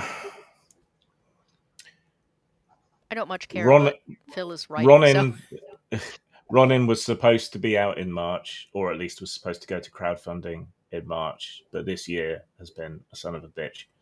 And some Morkborg clone called Ronin has come out, so I'm currently workshopping alternative titles for this 3-book series. I don't. There's no way it'll be ready till next year, so probably a year late in March. Other than that, I hope to continue to support the people who are doing stuff with my games. So the Machinations of the Space Princess crew, you can see what they're doing on motsp.com. So they're taking my game, Machinations of the Space Princess, and doing adventures and a zine and some other stuff with that. So there's that going on. And I've been increasingly drawn to doing zine type material myself that I can then collect later, perhaps if it does well, into a book. Because I've been having some health issues the last few years, and it's making it difficult to work consistently. So I need some way to sort of break up the work into smaller chunks that can still provide income and perhaps build to something. So I find I'm thinking more and more about piecemeal projects and mentoring and consultancy and farming out my intellectual property to other people these days, because I can't keep up. I'm old. I'll be 50 next week. Cool. yeah, I suspect you seem to be really feeling that. Yeah. Um, yeah, it occurs to me. You mentioned earlier that retirement doesn't work very well for game designers, and then we got talking about uh, old age doesn't work very well for players either. Being that Yeah.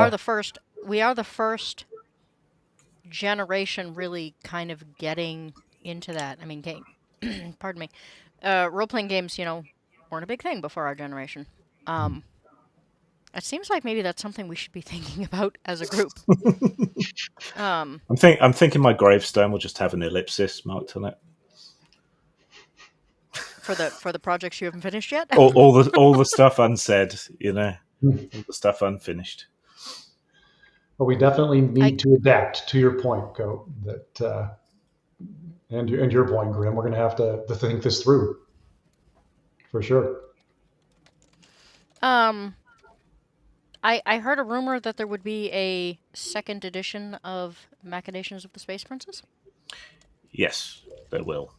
I have no idea of the timescale, but there will, and it will mostly just be a sort of cleaned up, modernized layout, and some of the glaring rules errors fixed.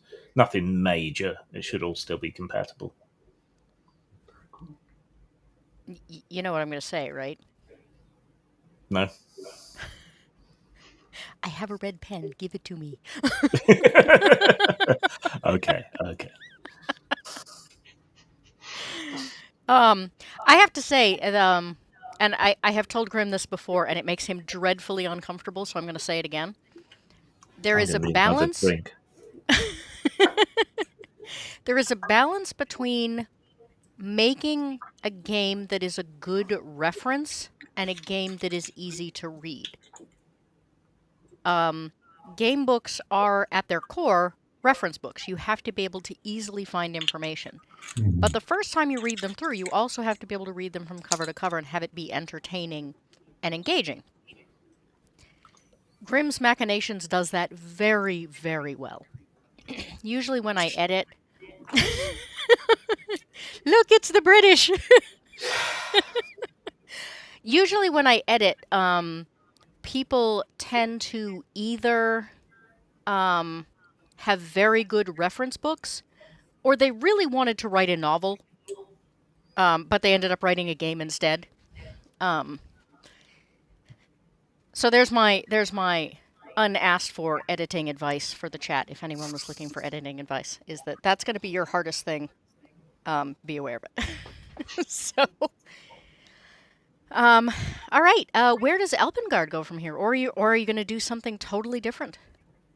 You know what? I have other projects in the works, but those are I'm slowly chipping away at them. But Alpengard, the next thing is definitely the monster book. So this is the equivalent of the Player's Handbook and Dungeon Master's Guide, plus a whole campaign world and an adventure rolled into one. But the monsters are definitely in process right now. And in the meantime, if you go to my website and click on the foes link across the top, you can scroll down to find a bunch of PDFs of monsters that aren't pretty, but they are functional, so you can find the information you need to play them with Alpengard. So that's the major project. And then also just, learning to market this and also reproduce the game masters and thank you for playing the game, and everyone else, Tat, I know you were on the chat earlier, but just playing the game and then having other people in turn become the game master and go out and play the game. So those are kind of the two prongs I'm facing right now, is to produce the monster book and make sure that people know how to play the game. Hence, my YouTube channel has the even past sessions with the Talking Crit crew posted on there, so people can learn it and see how to pull those monsters from the foes page and how to use them in gameplay. That's actually a good point. I hadn't thought about that. I have played Alpengard several times. It is, in fact, I think the only game I have played in the last 5 years. But it occurs to me that you do tend to be the game master pretty much all the time. You have lots of people who want to play, and finding game masters. Do you find that people find it daunting, or just nobody wants to game master at all these days? Interesting question. I haven't quite gotten it there yet, because I think there is a certain level of, because it is a crunchier character building process, I think that I have to overcome that inertia, which is why on the friends page I made 11 pre-gens available with more coming. But I think that as people get used to the mechanic, I think Tat said he was designing an adventure. So I think that at some point I'm going to step back and say, hey, Tat or Goat or somebody else want to run, I'll be a player. And you know what? And hopefully that won't put people off, that I'll say, hey, you're in charge. And yes, the creator is sitting right here, but you know what? The game master is the one running the game, and you can take it and run with it. So people haven't asked to run it yet, so I don't know. But since it's not a rules light system like Tiny D10 where people can just quickly grab it, so there is typically some training that has to happen on my end. But I think that once that training's done, is people can run with it, but they haven't approached me about it yet. But it's definitely a hurdle to Yeah, cross. I mean, it is my intention. You sent me that copy of the book, which I thank you very much for. No, Um, I, and the dice were really because I want to take. I go to PortCon in June, which mhm. is it's about 4,000 people, so it's not huge. Um, except the reason it's not more than 4,000 people is they ran out of space, and this year they have moved to a larger space. Um, and it is my intention to take that with me. Um, I Thank you. do think the hurdle for that, which you overcame for me nicely, is that people don't tend to carry D30s around with them. Right. So I will, I will take the dice you gave me with me. But I do think that may end up being a hurdle to getting people to run. Is that people don't have a lot of D30s lying around. It's Um, true. And especially if you play in person and prefer that, then the D30 is absolutely necessary. As you know, it's an intrinsic part of the mechanic. It wasn't just an arbitrary die because of the standard improved and advanced rolls that also include the D20s and D10s. So I had to have those increments. But yeah, some gaming stores, out where I am in the Western U.S., most of them I found have had D30s or a set of is it the Zochi dice for Dungeon Crawl Classics or whatever that set is called? Have typically had those, but yeah, then there's others that don't have them at all. So it is a barrier, Yeah, but if somebody's using an online rolling system and people are playing online, hopefully that will encourage them to seek out the D30s for their in-person games. that's a D30. Perfect. Yeah, yeah, absolutely. yeah, they So they exist in the DCC dice, but yes, those are not cheap. Hmm. but so long as you can stomach it, you can get a cheap set of Sochi dice from Wish or Timu or Alibaba. All of those cheap Chinese production sites, they do much cheaper sets of the same dice. Well, those aren't very cheap for us anymore. Still cheaper than these ones, I think. Simon says I'm looking at the Alpengard website. There's some telltale signs of ChatGPT. What extent did you use ChatGPT in creating the books? So there is zero AI art in the books. It is 100%. I have 9 or 10 different artists. All of their bios are in the back. The only AI produced art on the site are the top panels where you see the smoke going around, and that was just finances. But in creating the site, but if you it's the instant you get off the top panel, that is all art. All those figures, those are different artists. You'll see their different styles in there, and this is 100% human art. So the answer is I absolutely that was just for the website for those kind of grandiose top panels to pull in, and the rest of it's human done. So I was absolutely able to support the artistic community and uh, make sure it was 100% human in the book. So thanks for asking. Okay. Aaron, where is Tiny D10 going from here? You're gonna let people tip you, right? No, no, I probably won't do that, and I'm gonna keep giving it away too. But other than that, Look, kind the of like I tipping was mentioned an earlier. attempt to compromise. Yeah, I just, that's all. It's a whole big headache. If anybody wants to tip me, they can send me pictures they draw. They can send me stickers or books. I'm like I said, I'm always happy to see like other people's creative fruits. So. Yeah, I'd love to get stuff like that. And in fact, if you'll excuse me, let me just slip over here real quick. See stuff like this. This is one of my friends on X made this. He made like a little Halloween adventure. It's a one shot single page adventure with a really cool kind of sort of wanted poster style front.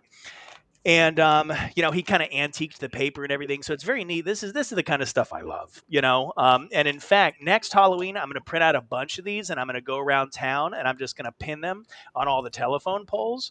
And you go home with a little adventure. I think that'd be a lot of fun. But yeah, so for me, what's next for me, like I talked about earlier, there's that kind of medieval Europe, European mythology game called Valor, that uses the Tiny D10 core system. So it uses familiar mechanics, but it basically introduces a new setting. And just kind of an entirely new feel, new monsters, new locations, new classes, things like that. And then otherwise, I think I'll just, keep making zines. Like I said, like Grim mentioned, one of the things that I really like about them is they're very easy to put together and get something out there. So I think it's a really neat way to deliver new content to people in a really kind of fun sort of like value add way. Putting something physical in people's hands, like we talked about. We really like you know the physical stuff. So I'll keep making zines, keep adding new classes, probably put together some adventure settings, and get them formatted to the zine. Otherwise, um, yeah, like I said, whatever kind of takes me. It's fun being on X and talking to people and getting neat ideas from them. Like I said, I've got a lot of ideas that I've kind of put into practice just from having conversations with people. So yeah, we'll keep playing the game at home. I'll keep making new stuff for it. I'll put out zines. We'll do giveaways. I'll make new stickers.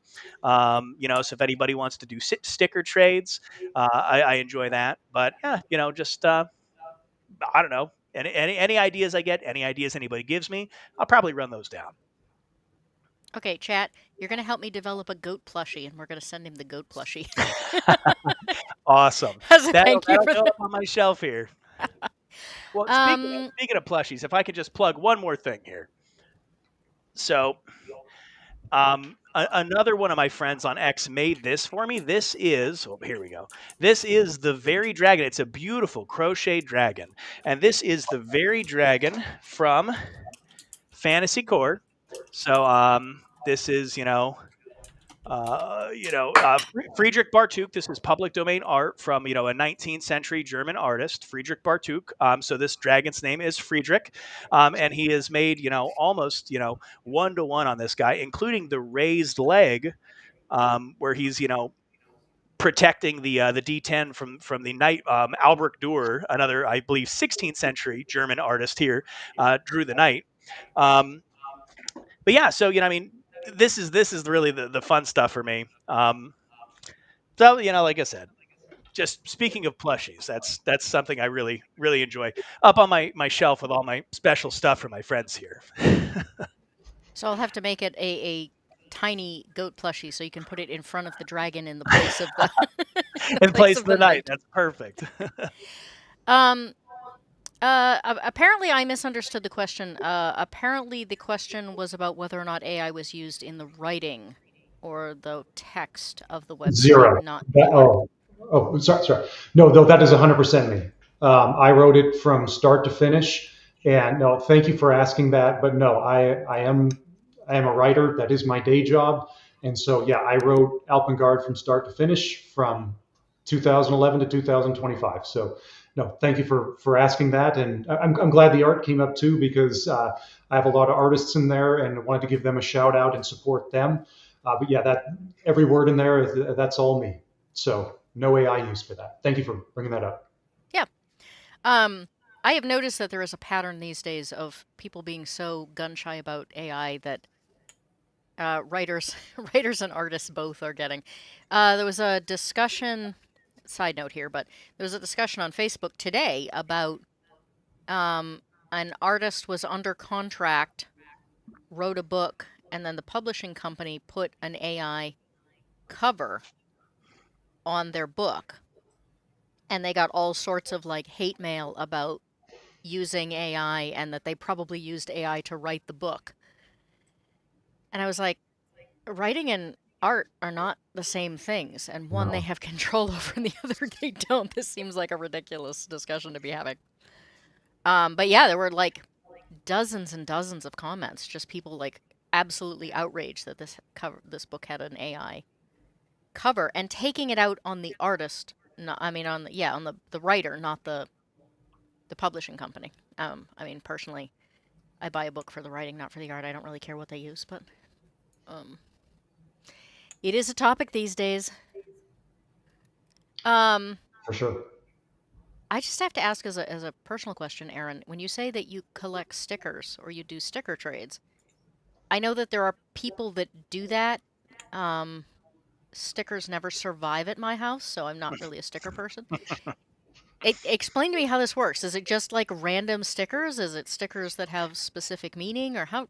I know people that do sticker trades, and I don't understand it. Yeah, no, no, I know exactly what you mean. Until I got this neat little beer fridge that I found, a couple of years ago. I just found it on the side of the road while we were out on a walk, and I was like, "Well, that's cool. Looks like it's from the '70s. It's got wood paneling on it. If I were in that room, I would show it to you." But I've got pictures of it on X because I got to talk about it. It's covered in cool stickers. Anyway, found it on the side of the road, hauled it home, much heavier than it looked after about a mile, but got it home anyway, and just got the idea to cover it with stickers. But like I said, I'm not a sticker person either. So where do I get stickers? Um, so I just kind of happened to notice that a lot of our friends on X, they've got stickers for their games or their art. So I just kind of floated the idea out there, like if you send me a sticker, I'll send you one. In fact, I've got three different kinds of stickers because uh, you know, that's kind of a fun thing for me to do. So I've got the Dragon Friedrich in holographic form. I've got the larger dragon, non-holographic, and then I've got just the tiny D10 logo here. So I said, yeah, send me a sticker. I'll send you one. But people have been sending me stickers. Lax actually in the chat here probably sent me the best package of stickers, all from the Pacific Northwest. He knows I'm kind of a Bigfoot guy, so I got some really neat Bigfoot stickers. But so, long story short, fridge is covered in stickers. That's the only way they survive here. Otherwise, a kid's going to get it and stick it right on the hardwood floor if I don't put it immediately on the fridge. Yeah, so that's pretty much how the sticker trade works for me. Cool. My house rabbit would eat them. House rabbit, that's cute. Yeah, Oh go. God, she You chews. have all kinds of considerations that the rest of us don't have. Right, She's right. begun chewing everything. She chewed through the cord to my husband's side of the electric blanket last night. Did she get zapped? Is she okay? Well, she's fine. We didn't even know about it until the electric blanket didn't work.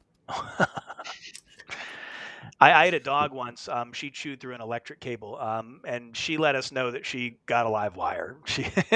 There was no mystery there. I We had said I a was never giving up my N dashes, and he says people never use them. And I said I use them all the time. People don't use them because they don't know how to properly.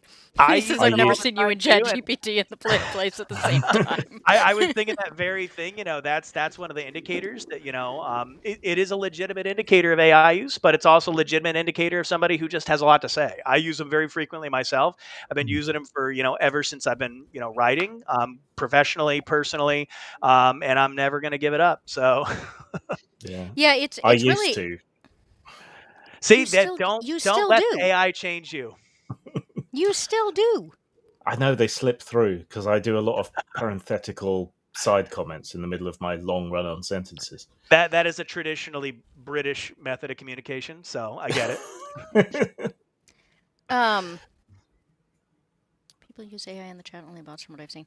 Um, the issue is that so there are commas, there are semicolons, and there are em dashes, and people don't know how to separate them out and use them properly, so they just don't use anything except commas. So if you actually understand, like if you spent entirely too much time in grad school and you understand how they actually are supposed to go because you had really anal professors, um, everyone immediately accuses you of being AI. I'm like, no, I just have written a lot of research papers. Yeah, Like a yeah. lot of research papers. Um, No doubt. I didn't spend too much time in grad school, just enough to, get the basics there. And I feel like I almost use the M dash more than I use commas. I actually really don't like to use commas at all. Just for, like you said, they're very much overused. And I feel like not having a comma in actually, better replicates my, natural, speech pattern. But, kind of like Grim, I do have a lot of interjections. So very, very heavy M dash usage. Yeah, parentheses are the only one, are the other one, because it's all about like how much you're emphasizing the gap in the sentence. Hmm. That is the only difference between a comma and em dash and parentheses is how much you're separating out that central thought. Yeah, and a comma was originally back from the old Viking and Anglo-Saxon days when there was no punctuation in the runic writings. The comma was supposed to represent a slow mental pause, but not a change of thought, whereas the period was the hard stop. And then things like semicolons and colons got developed over time, eventually the em dash and things to really separate that out. So it's definitely a useful grammatical tool. I hear the concern about looking too much like AI, and I guess we just make ourselves accessible to answer the question of you know Now ask Grim about the Hmm. Oxford comma.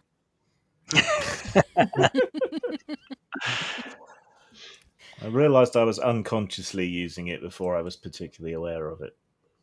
I Well, use See, it the myself. sorry, go ahead. I'm an art school dropout. I didn't originally want to be a writer. I wanted to be a lumberjack. You know, Oh, that reminds me of a question I kind of wanted to ask because I get this all the time. So obviously, I edit.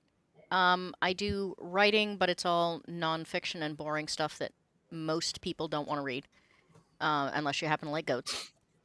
Um, in which case, yeah. I can tell you all about the rising issue with meningeal worm in goats and symptoms and how it affects the brain. Um, but when I am editing, I get a lot of questions from people about, well, now that I'm done editing, how do I get this published? How do I find artists? Publishing, I think we've already kind of covered. Um, and I always have to look at them and say, I don't know. That's not what I do. um, so, Grim, I know that Bradley McDevitt sells some stuff on the Postmort site for I'm having a brain spaz. Uh, Clip art art that you can. critters. Yeah, that's what I was Yeah. trying to think of. Stock art. Stock art. Yes, that was the word I was looking for. Um, and Alpengard has 12 artists. You said about so. 10. Yeah. Oh, 10. Okay. What I mainly see are a whole bunch of scams online.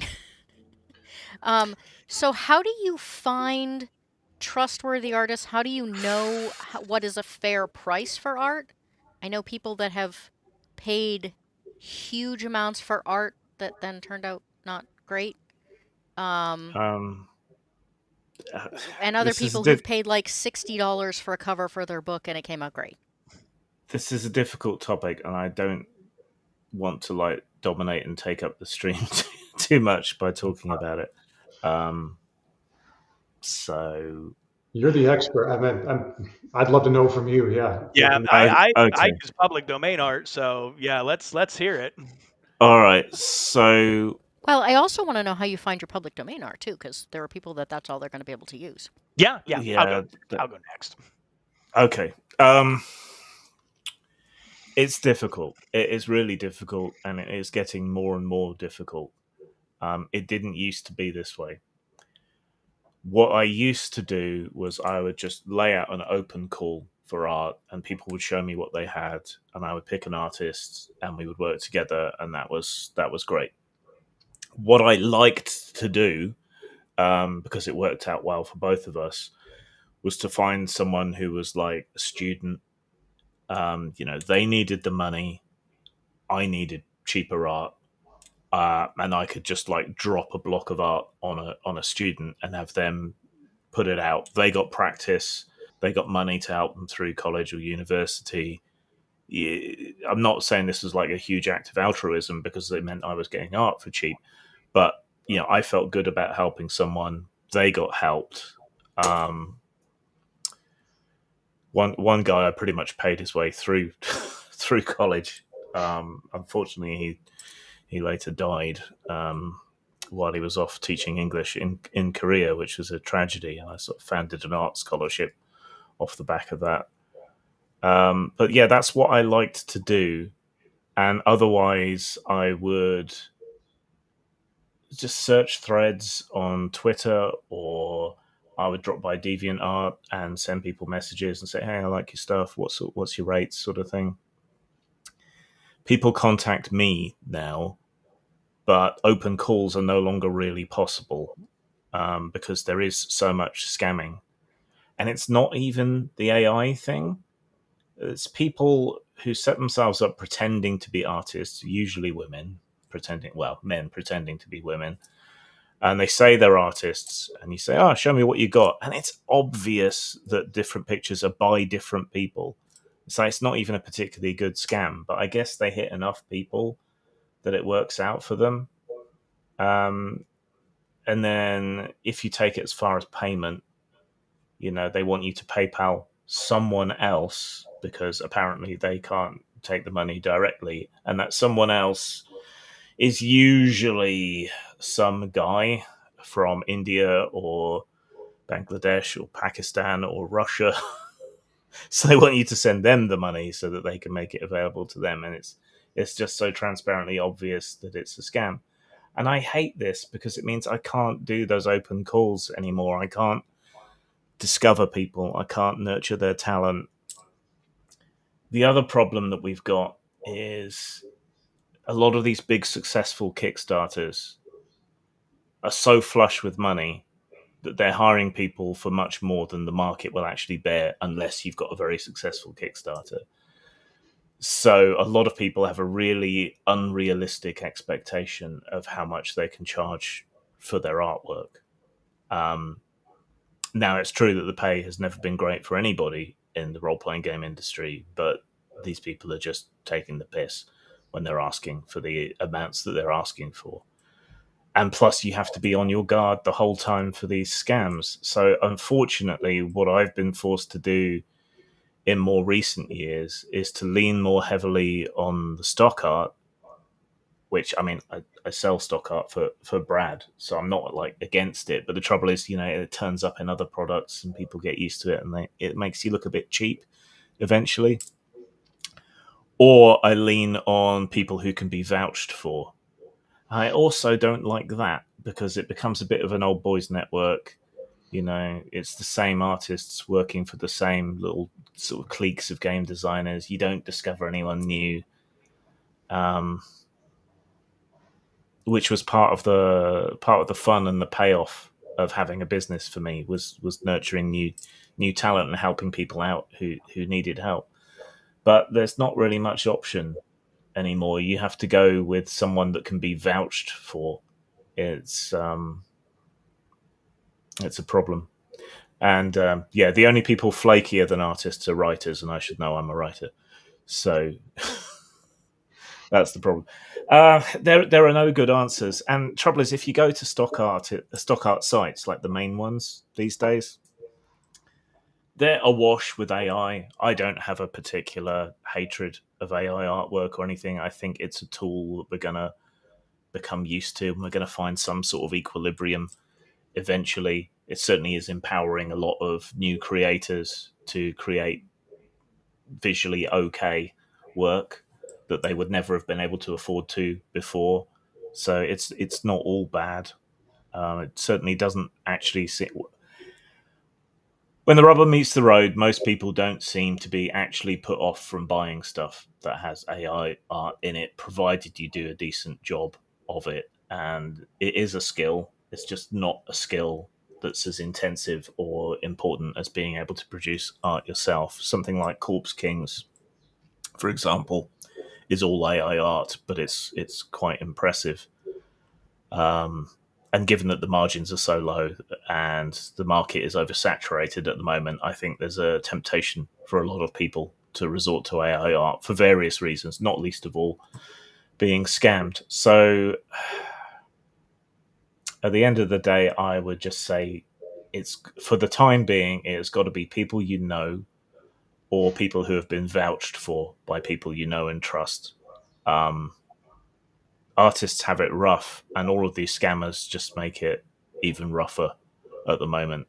And AI is taking a lot of work away from people as well, which is unfortunate. But there's just no way around it.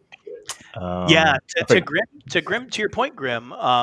You're absolutely right that yeah, the safest way to do this is go with somebody who is reputable and somebody that people can vouch for. And I think that's one of the really good things about like the X RPG art community is it's very easy to get in there and see people who are vetted, see people who are drawing. They do streams, drawing things live right in front of you. The Basic Expert, I think, is a really good one. He constantly is running streams where he's just drawing things. Very talented artist. Patio Cakes is like that too. They'll just sit down and they'll make a couple hours out of drawing something. Very talented artists. You can see, their labor, unfold right in front of you. And The yeah, spending just a couple of weeks, I think, like if you're looking for an artist, get on X, get into the community there, and just watch people work for a couple of weeks, and it becomes very clear who the actual talented, reputable, reliable artists are. it's the problem. I lost what I was going to say with that. Oh, the problem is that AI videos are now getting good enough that you can make a video to make it look like you're drawing something. Oh yeah, that's definitely problematic. But I mean, I think the discerning eye can still see through stuff like that. So find a good artist while you can still tell reality from fiction, I guess, is the advice here. Find a good Yeah. artist and hang on tight to them. I'm uh I'm just going to share real quick. So, this is the original drawing for what's on my background currently. Um I don't I obviously have no money. Um but I found this stock art. It's by a guy named Jeff Koch. Um and it was on Drive Through RPG and it was $4. And I think Yeah. that the contrast with my avatar I think I really like. So while I can't afford to have someone, custom make me, um, a goat, Hmm. um, at the same time, I did try as soon as I could manage it to find a way to find someone or, to be able to promote someone who was doing stuff. And if I ever have the money to start supporting artists for something that I don't make any money off of. That's the other thing was that like, if I were making money off this, it would be different. But I don't make money off this. I don't make money off running games. I don't make money off my Goats Notes videos. And so to expect me to dump hundreds of dollars into things I'm not making any money off of is just not realistic. Um, but I do wish that I could do more to support artists where I can. Hmm. Um, which is why I feel really bad when people say, how do I find a good artist? And I have to say, I have no idea. um, Part of it too is I have absolutely no eye for art whatsoever. But um, I used to keep a Discord server specifically so that artists. My hope was that creators and artists and publishers and editors were all going to kind of gather there, so people would have and playtesters, so people would be able to kind of join forces and find whatever they needed. And I find I got a lot of creators, and most of the artists were just scammers. And I was like, I need a way to figure out how not to let the scammers in, because if I do, I feel like I'm in some unspoken way saying, yes, this person is trustworthy because they're on my Discord server. Um, and what I could never figure out a way around that. So maybe what I'll try what we again someday. do what we do in my server is we have the Thunderdome. So if someone comes in claiming to be an artist, they get shunted into the Thunderdome and they have to prove that they're an actual artist up against people who we know are real and artists. So we set challenges. Most of them just fuck off. So I'm sorry, I was looking at the AI argument going on in chat. What do you do in order to keep them out? Well, we had to lock down my server a bit, so people have to do a bit of activity and prove they're human first. But if they're what appears to be an art scammer, we send them to the Thunderdome, where they have to do battle to prove that they're an actual human artist. How does that work? Is it whoever can Well, draw the best whoever you can set draw the best sketch and well, you set challenges, and so long as they're consistent in their style and there's no obvious AI artifacts and they don't take a suspiciously long time, things like that. yeah, Simon put together the Thunderdome for me, and it is a brilliant idea. So That is full, entertaining. full kudos Well, to I will Simon. keep that in mind if I ever restart the Discord because I've been considering it because it's I've been poked about it a few times as to whether or not I was going to restart it at some point. So okay, so we've got a couple of minutes left. Does the chat have any other questions, comments, concerns, clean jokes? Give them a few seconds to run through that. I used to end all. I used to when I still saw clients. I used to end all my therapy sessions that way. Do you have any questions, concerns, comments, or clean jokes? And they were always very confused by the clean jokes thing, despite the fact that I said it every single time. Once and only once did someone actually have one, and they said it was because it was playing on the radio on my way here. That's the only reason they knew the joke. They'd open their mouth and then they go, "Oh wait, clean jokes." No, I don't. Okay, I think. Oh, how do you deal with positive but lackluster feedback? I've had one person sit down and go over things a few years ago, but overall it's been easy to read and understand or similar. I'm not quite sure. I understand the first sentence. I'm not sure I understand the rest of it.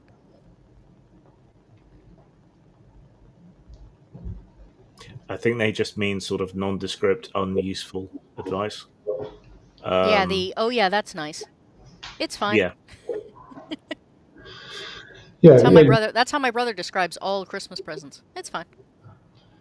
That's nice. Thanks.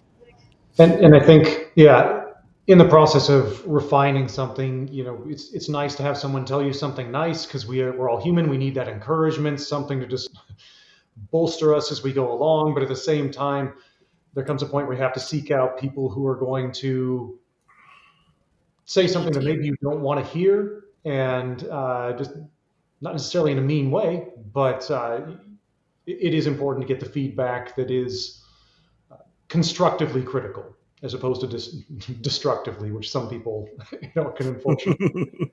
But How hard do you all find it? I mean, I know people when they do playtesting, their idea of playtesting is that they run the game for the same group of their friends several times. Because they really struggle with feedback, and their friends aren't gonna give them feedback. Yeah. I think quality feedback takes a lot of effort from a person. I mean, first of all, you have to find someone who's capable of, well, somebody who understands what you're doing, somebody who understands the game and can give good feedback, and that's rare as it is. And then if you find those kinds of people, well, everybody's really busy, and giving good feedback takes time. It takes time to understand a game, and it takes time to craft useful, meaningful feedback that you can incorporate into your game, or get anything out of value out of. So I mean, I think. Getting as many people to look at your game as humanly possible is probably the best way. You just got to increase your volume of feedback in an effort to get, one or two really good channels of solid, high quality feedback. How hard is it for you personally though to hear if somebody said, "Yeah, this whole section that you've worked for months on and were really passionate about just doesn't work"? Oh, well, that wouldn't bother me too much. I've gotten, I've gotten some negative feedback from people on Tiny D10 who I think, and you know, it's not for everybody. Nothing is for everybody. So I think that's the first thing you have to understand is, not everyone is going to like what you're doing. Some people are just looking for something different. You know, so yeah, like I said, I've gotten people who are looking more for more a crunchier system or a system that can do something specific. And Tiny D10 isn't that, and that's okay. It's not going to be everything to everyone. And if I tried to do that, that would be crazy. So, yeah, I've never had an issue getting negative feedback. and cool. And to Raltus Gaming's comment here about, yes, sometimes even belligerent feedback can be still constructive if someone points out something that does need to be fixed. So completely true. And sometimes I had to go into certain things knowing that, okay, the level of good feedback is going to be here, the emotional damage is going to be here. So because of how the person presents it, And so I just limit my contact with that. But you can still, as Reltus Gaming and as you're pointing out, is that you can still get the feedback from it, and just Hmm. try not to take it personally. Yeah, I wasn't trying to say like necessarily someone who was mean about their feedback. I was thinking more along the lines of, there's the whole joke about writers hate to kill their children. Mm-hmm. Um, and I find that sometimes you'll get things like a line that on its own sounds really cool, but it just doesn't fit where it is. And I've gotten to the point where instead of telling people you need to cut this, I say you need to take this out and put it in a work where it fits better. I find they take that much better than this needs to go. I Grim, what do you think? You've been I you've been getting I've feedback a lot longer. um well, there's solicited feedback and unsolicited feedback, I suppose. Playtesting is solicited. I find that a pessimist can only ever have a nice surprise. So if you already hate yourself and everything you do, then the negative stuff doesn't hit you so hard. So that's one way around it. But you're Um, the only person from the UK here. well, so um, You were the one that so made when the you joke about being British. when you solicit people to playtest, right, a bunch of people will say they want to playtest because they want a free early copy of the game. Some small percentage of that will actually read the thing. Some small percentage of that will actually play the thing. Some small percentage of that will give you feedback, and some small percentage of that will give you useful feedback. Um, I'm I've always had a quite a good talent for being able to predict how systems and plots and things will turn out in play. That was very useful for me when I was running large scale LARPs. Um, and it also tends to hold true for systems. But there's no substitute for playtesting, but it's still very hard to get reliable playtesters. So if you do chance upon someone who will actually do the work and understands and realizes that it's work and this is something you actually need, then hold on tight to that person.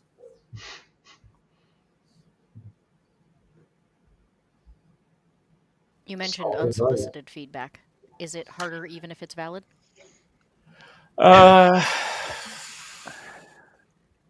I think um, I think a lot of it is not reacting straight away and sort of engaging your conscious brain.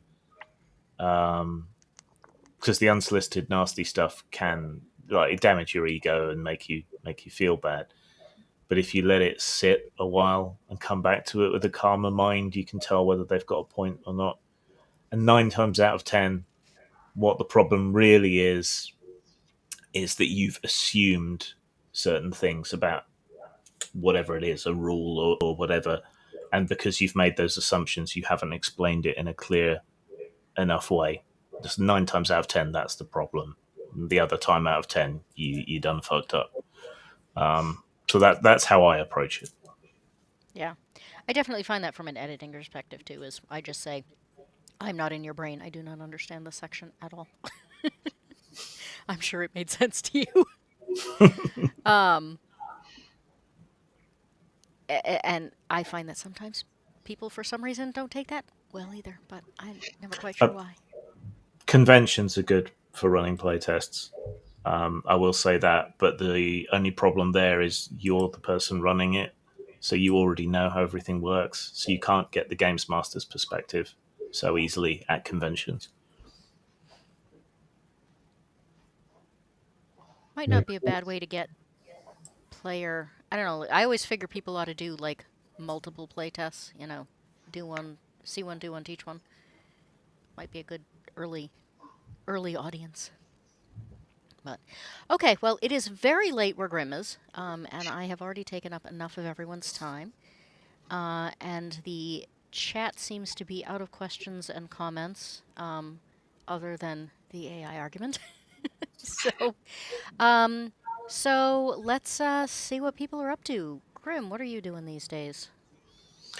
Uh, Experimenting on my YouTube channel, postmortem video. Um, Trying a whole bunch of different things and being more and less clickbaity and doing things with shorts and trying out new formats and bits of subject matter. So I would appreciate people's feedback on that if anyone wants to go and check out my channel.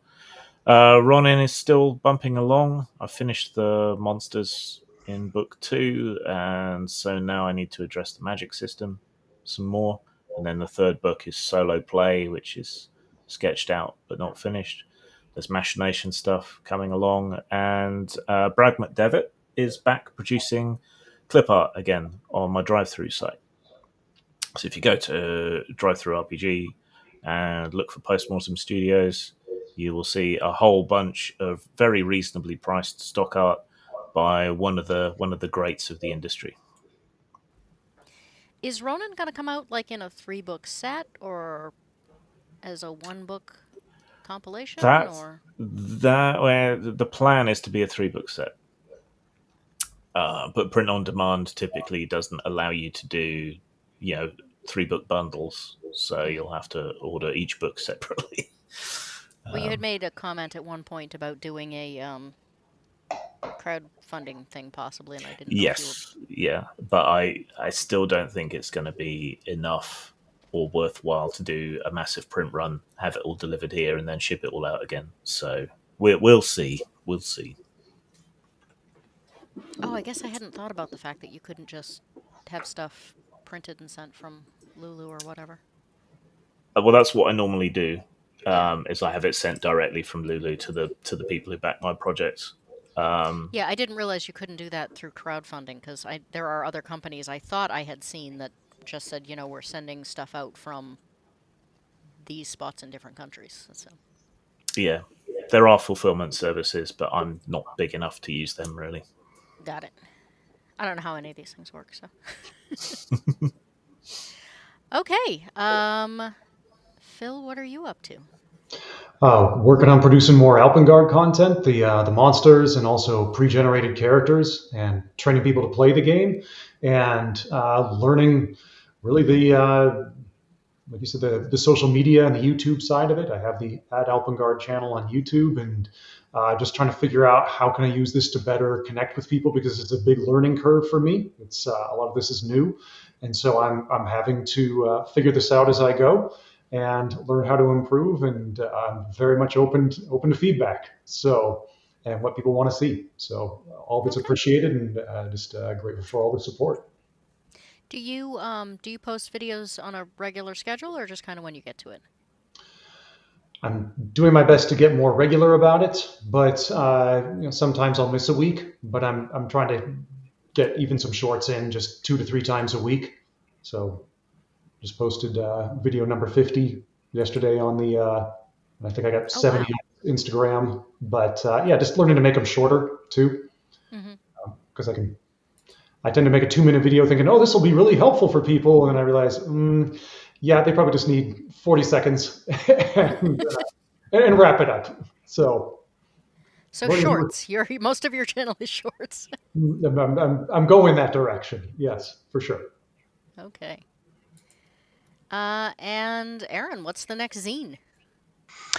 Yeah. Well, like you said, got to do the zines. I've got a bunch of traditional book binding equipment on the way to the house, so I've got to get some use out of it. So zines are on the menu. Exactly what the content is going to be, I'm not entirely sure. I've got a lot of stuff, old stuff that I've never really, done anything with, that I'd like to, breathe some life into, get some use out of. So zines are on the menu. I'll probably. Like I said, I'll probably start releasing content for Island of the Ape Men, our open world sandbox, Lost World, Island of Doctor Moreau inspired setting, through the zine format as well. More stickers. Stickers are a lot of fun for me, so I'm going to do more stickers. Um, yeah. Otherwise, like I said, whatever ideas I get, or whatever ideas anybody gives me through conversation, I'll work to bring to life. And like I said, kind of start trying to bring things home. I think we'll leave Fantasy Core on Lulu for print on demand, but going forward, I might try to do everything out of the house. I might try to print, assemble and ship straight from here. Yeah, that's. I mean, I know there's a lot of print companies. Oh shoot, that was a topic I meant to cover and we didn't. Printing is another thing that people are always kind of uncertain about because people kind of don't want to have it done in China now. I know that Yeah, well, Lulu is at least Lulu is U.S. based. They've got facilities all around the world.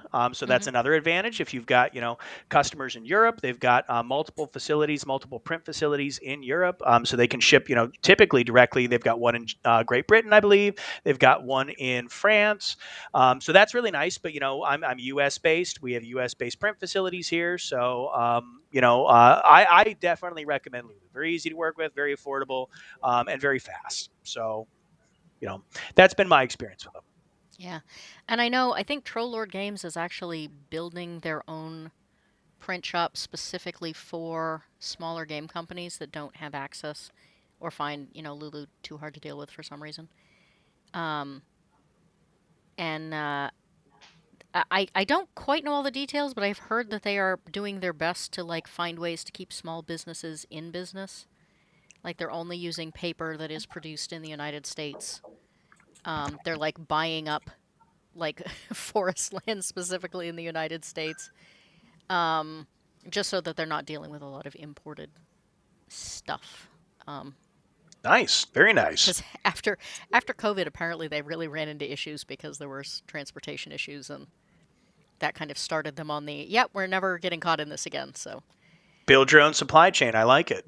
Mhm. um, and then once they had their own setup, they just decided they were gonna start trying to help out other companies. So I don't know how long it's gonna take them to get up and running, but I know that's in the works. But I don't really know who else in the U.S. does printing. But it is kind of neat to think about, doing everything out of your own house if you got the equipment. So, Yeah, yeah. I concur about Lulu. Um, of the major print on demand options, like they have partner printers all around the world, so you Hmm. don't have to worry too much about shipping. So that kind of avoids all of those issues.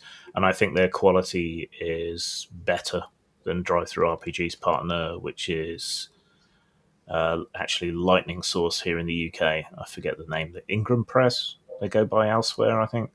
Ingram. But their quality isn't great.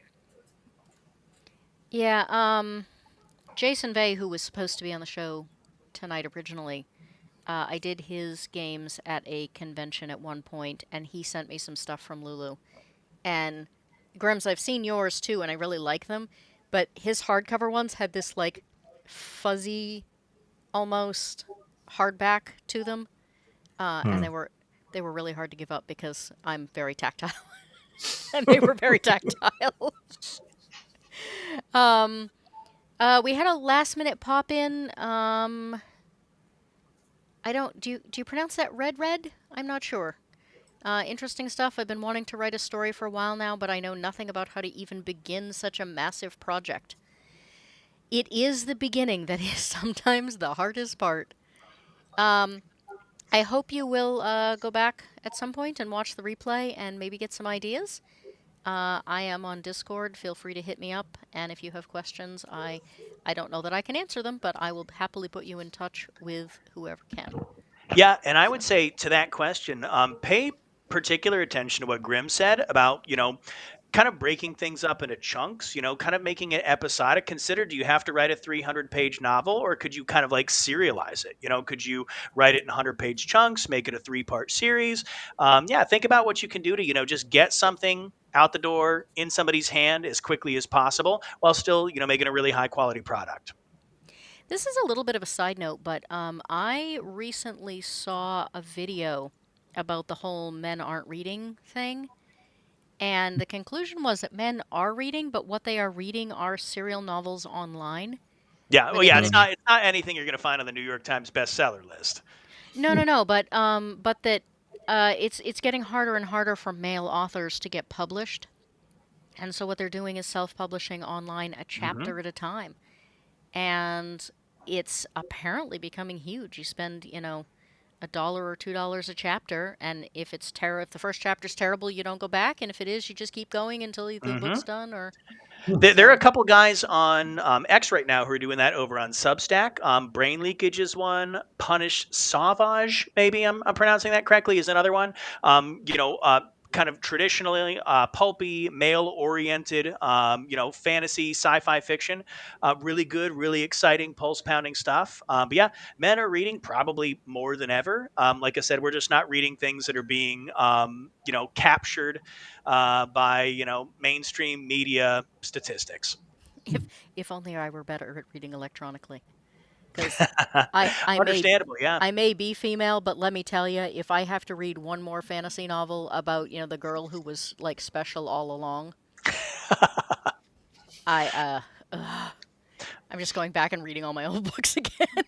So, all right, I want to thank everyone for being here. I hope the new faces in the chat will subscribe and come back next week. Um, I, again, am busy working on the computer fund. Until then, my Watership Down video is kind of stuck.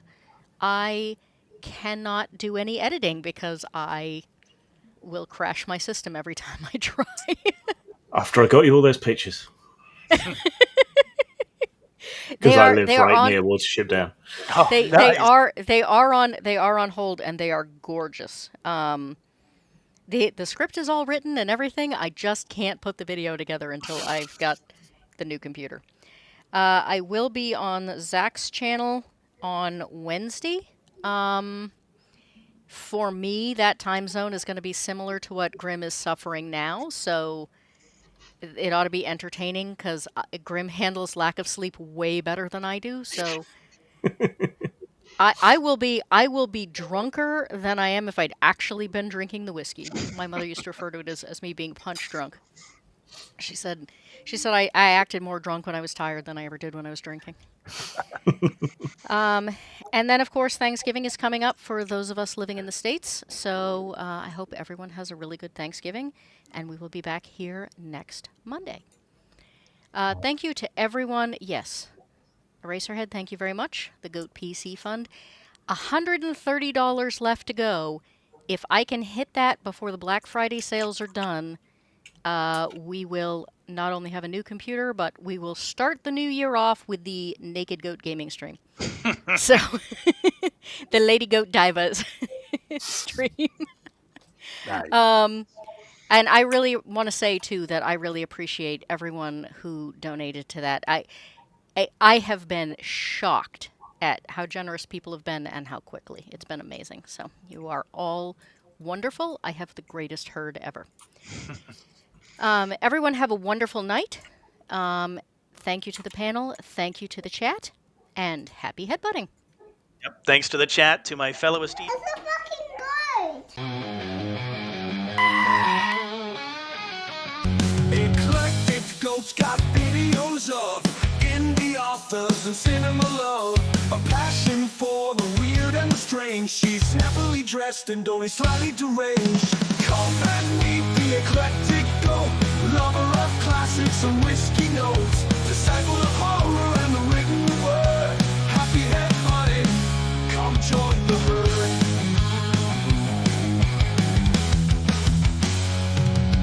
Shows might be a little improper. We've got real zombie, fake whizzes the other. Pizza in one hoof, glass in the other. Deciding which role-playing games we will cover. Come and meet the eclectic goat, lover of classics and whiskey notes, disciple of horror and the written word. Happy head butting, come join the herd.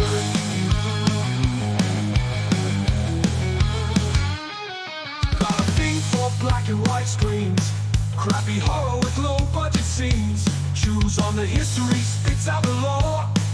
Time for another whiskey pour.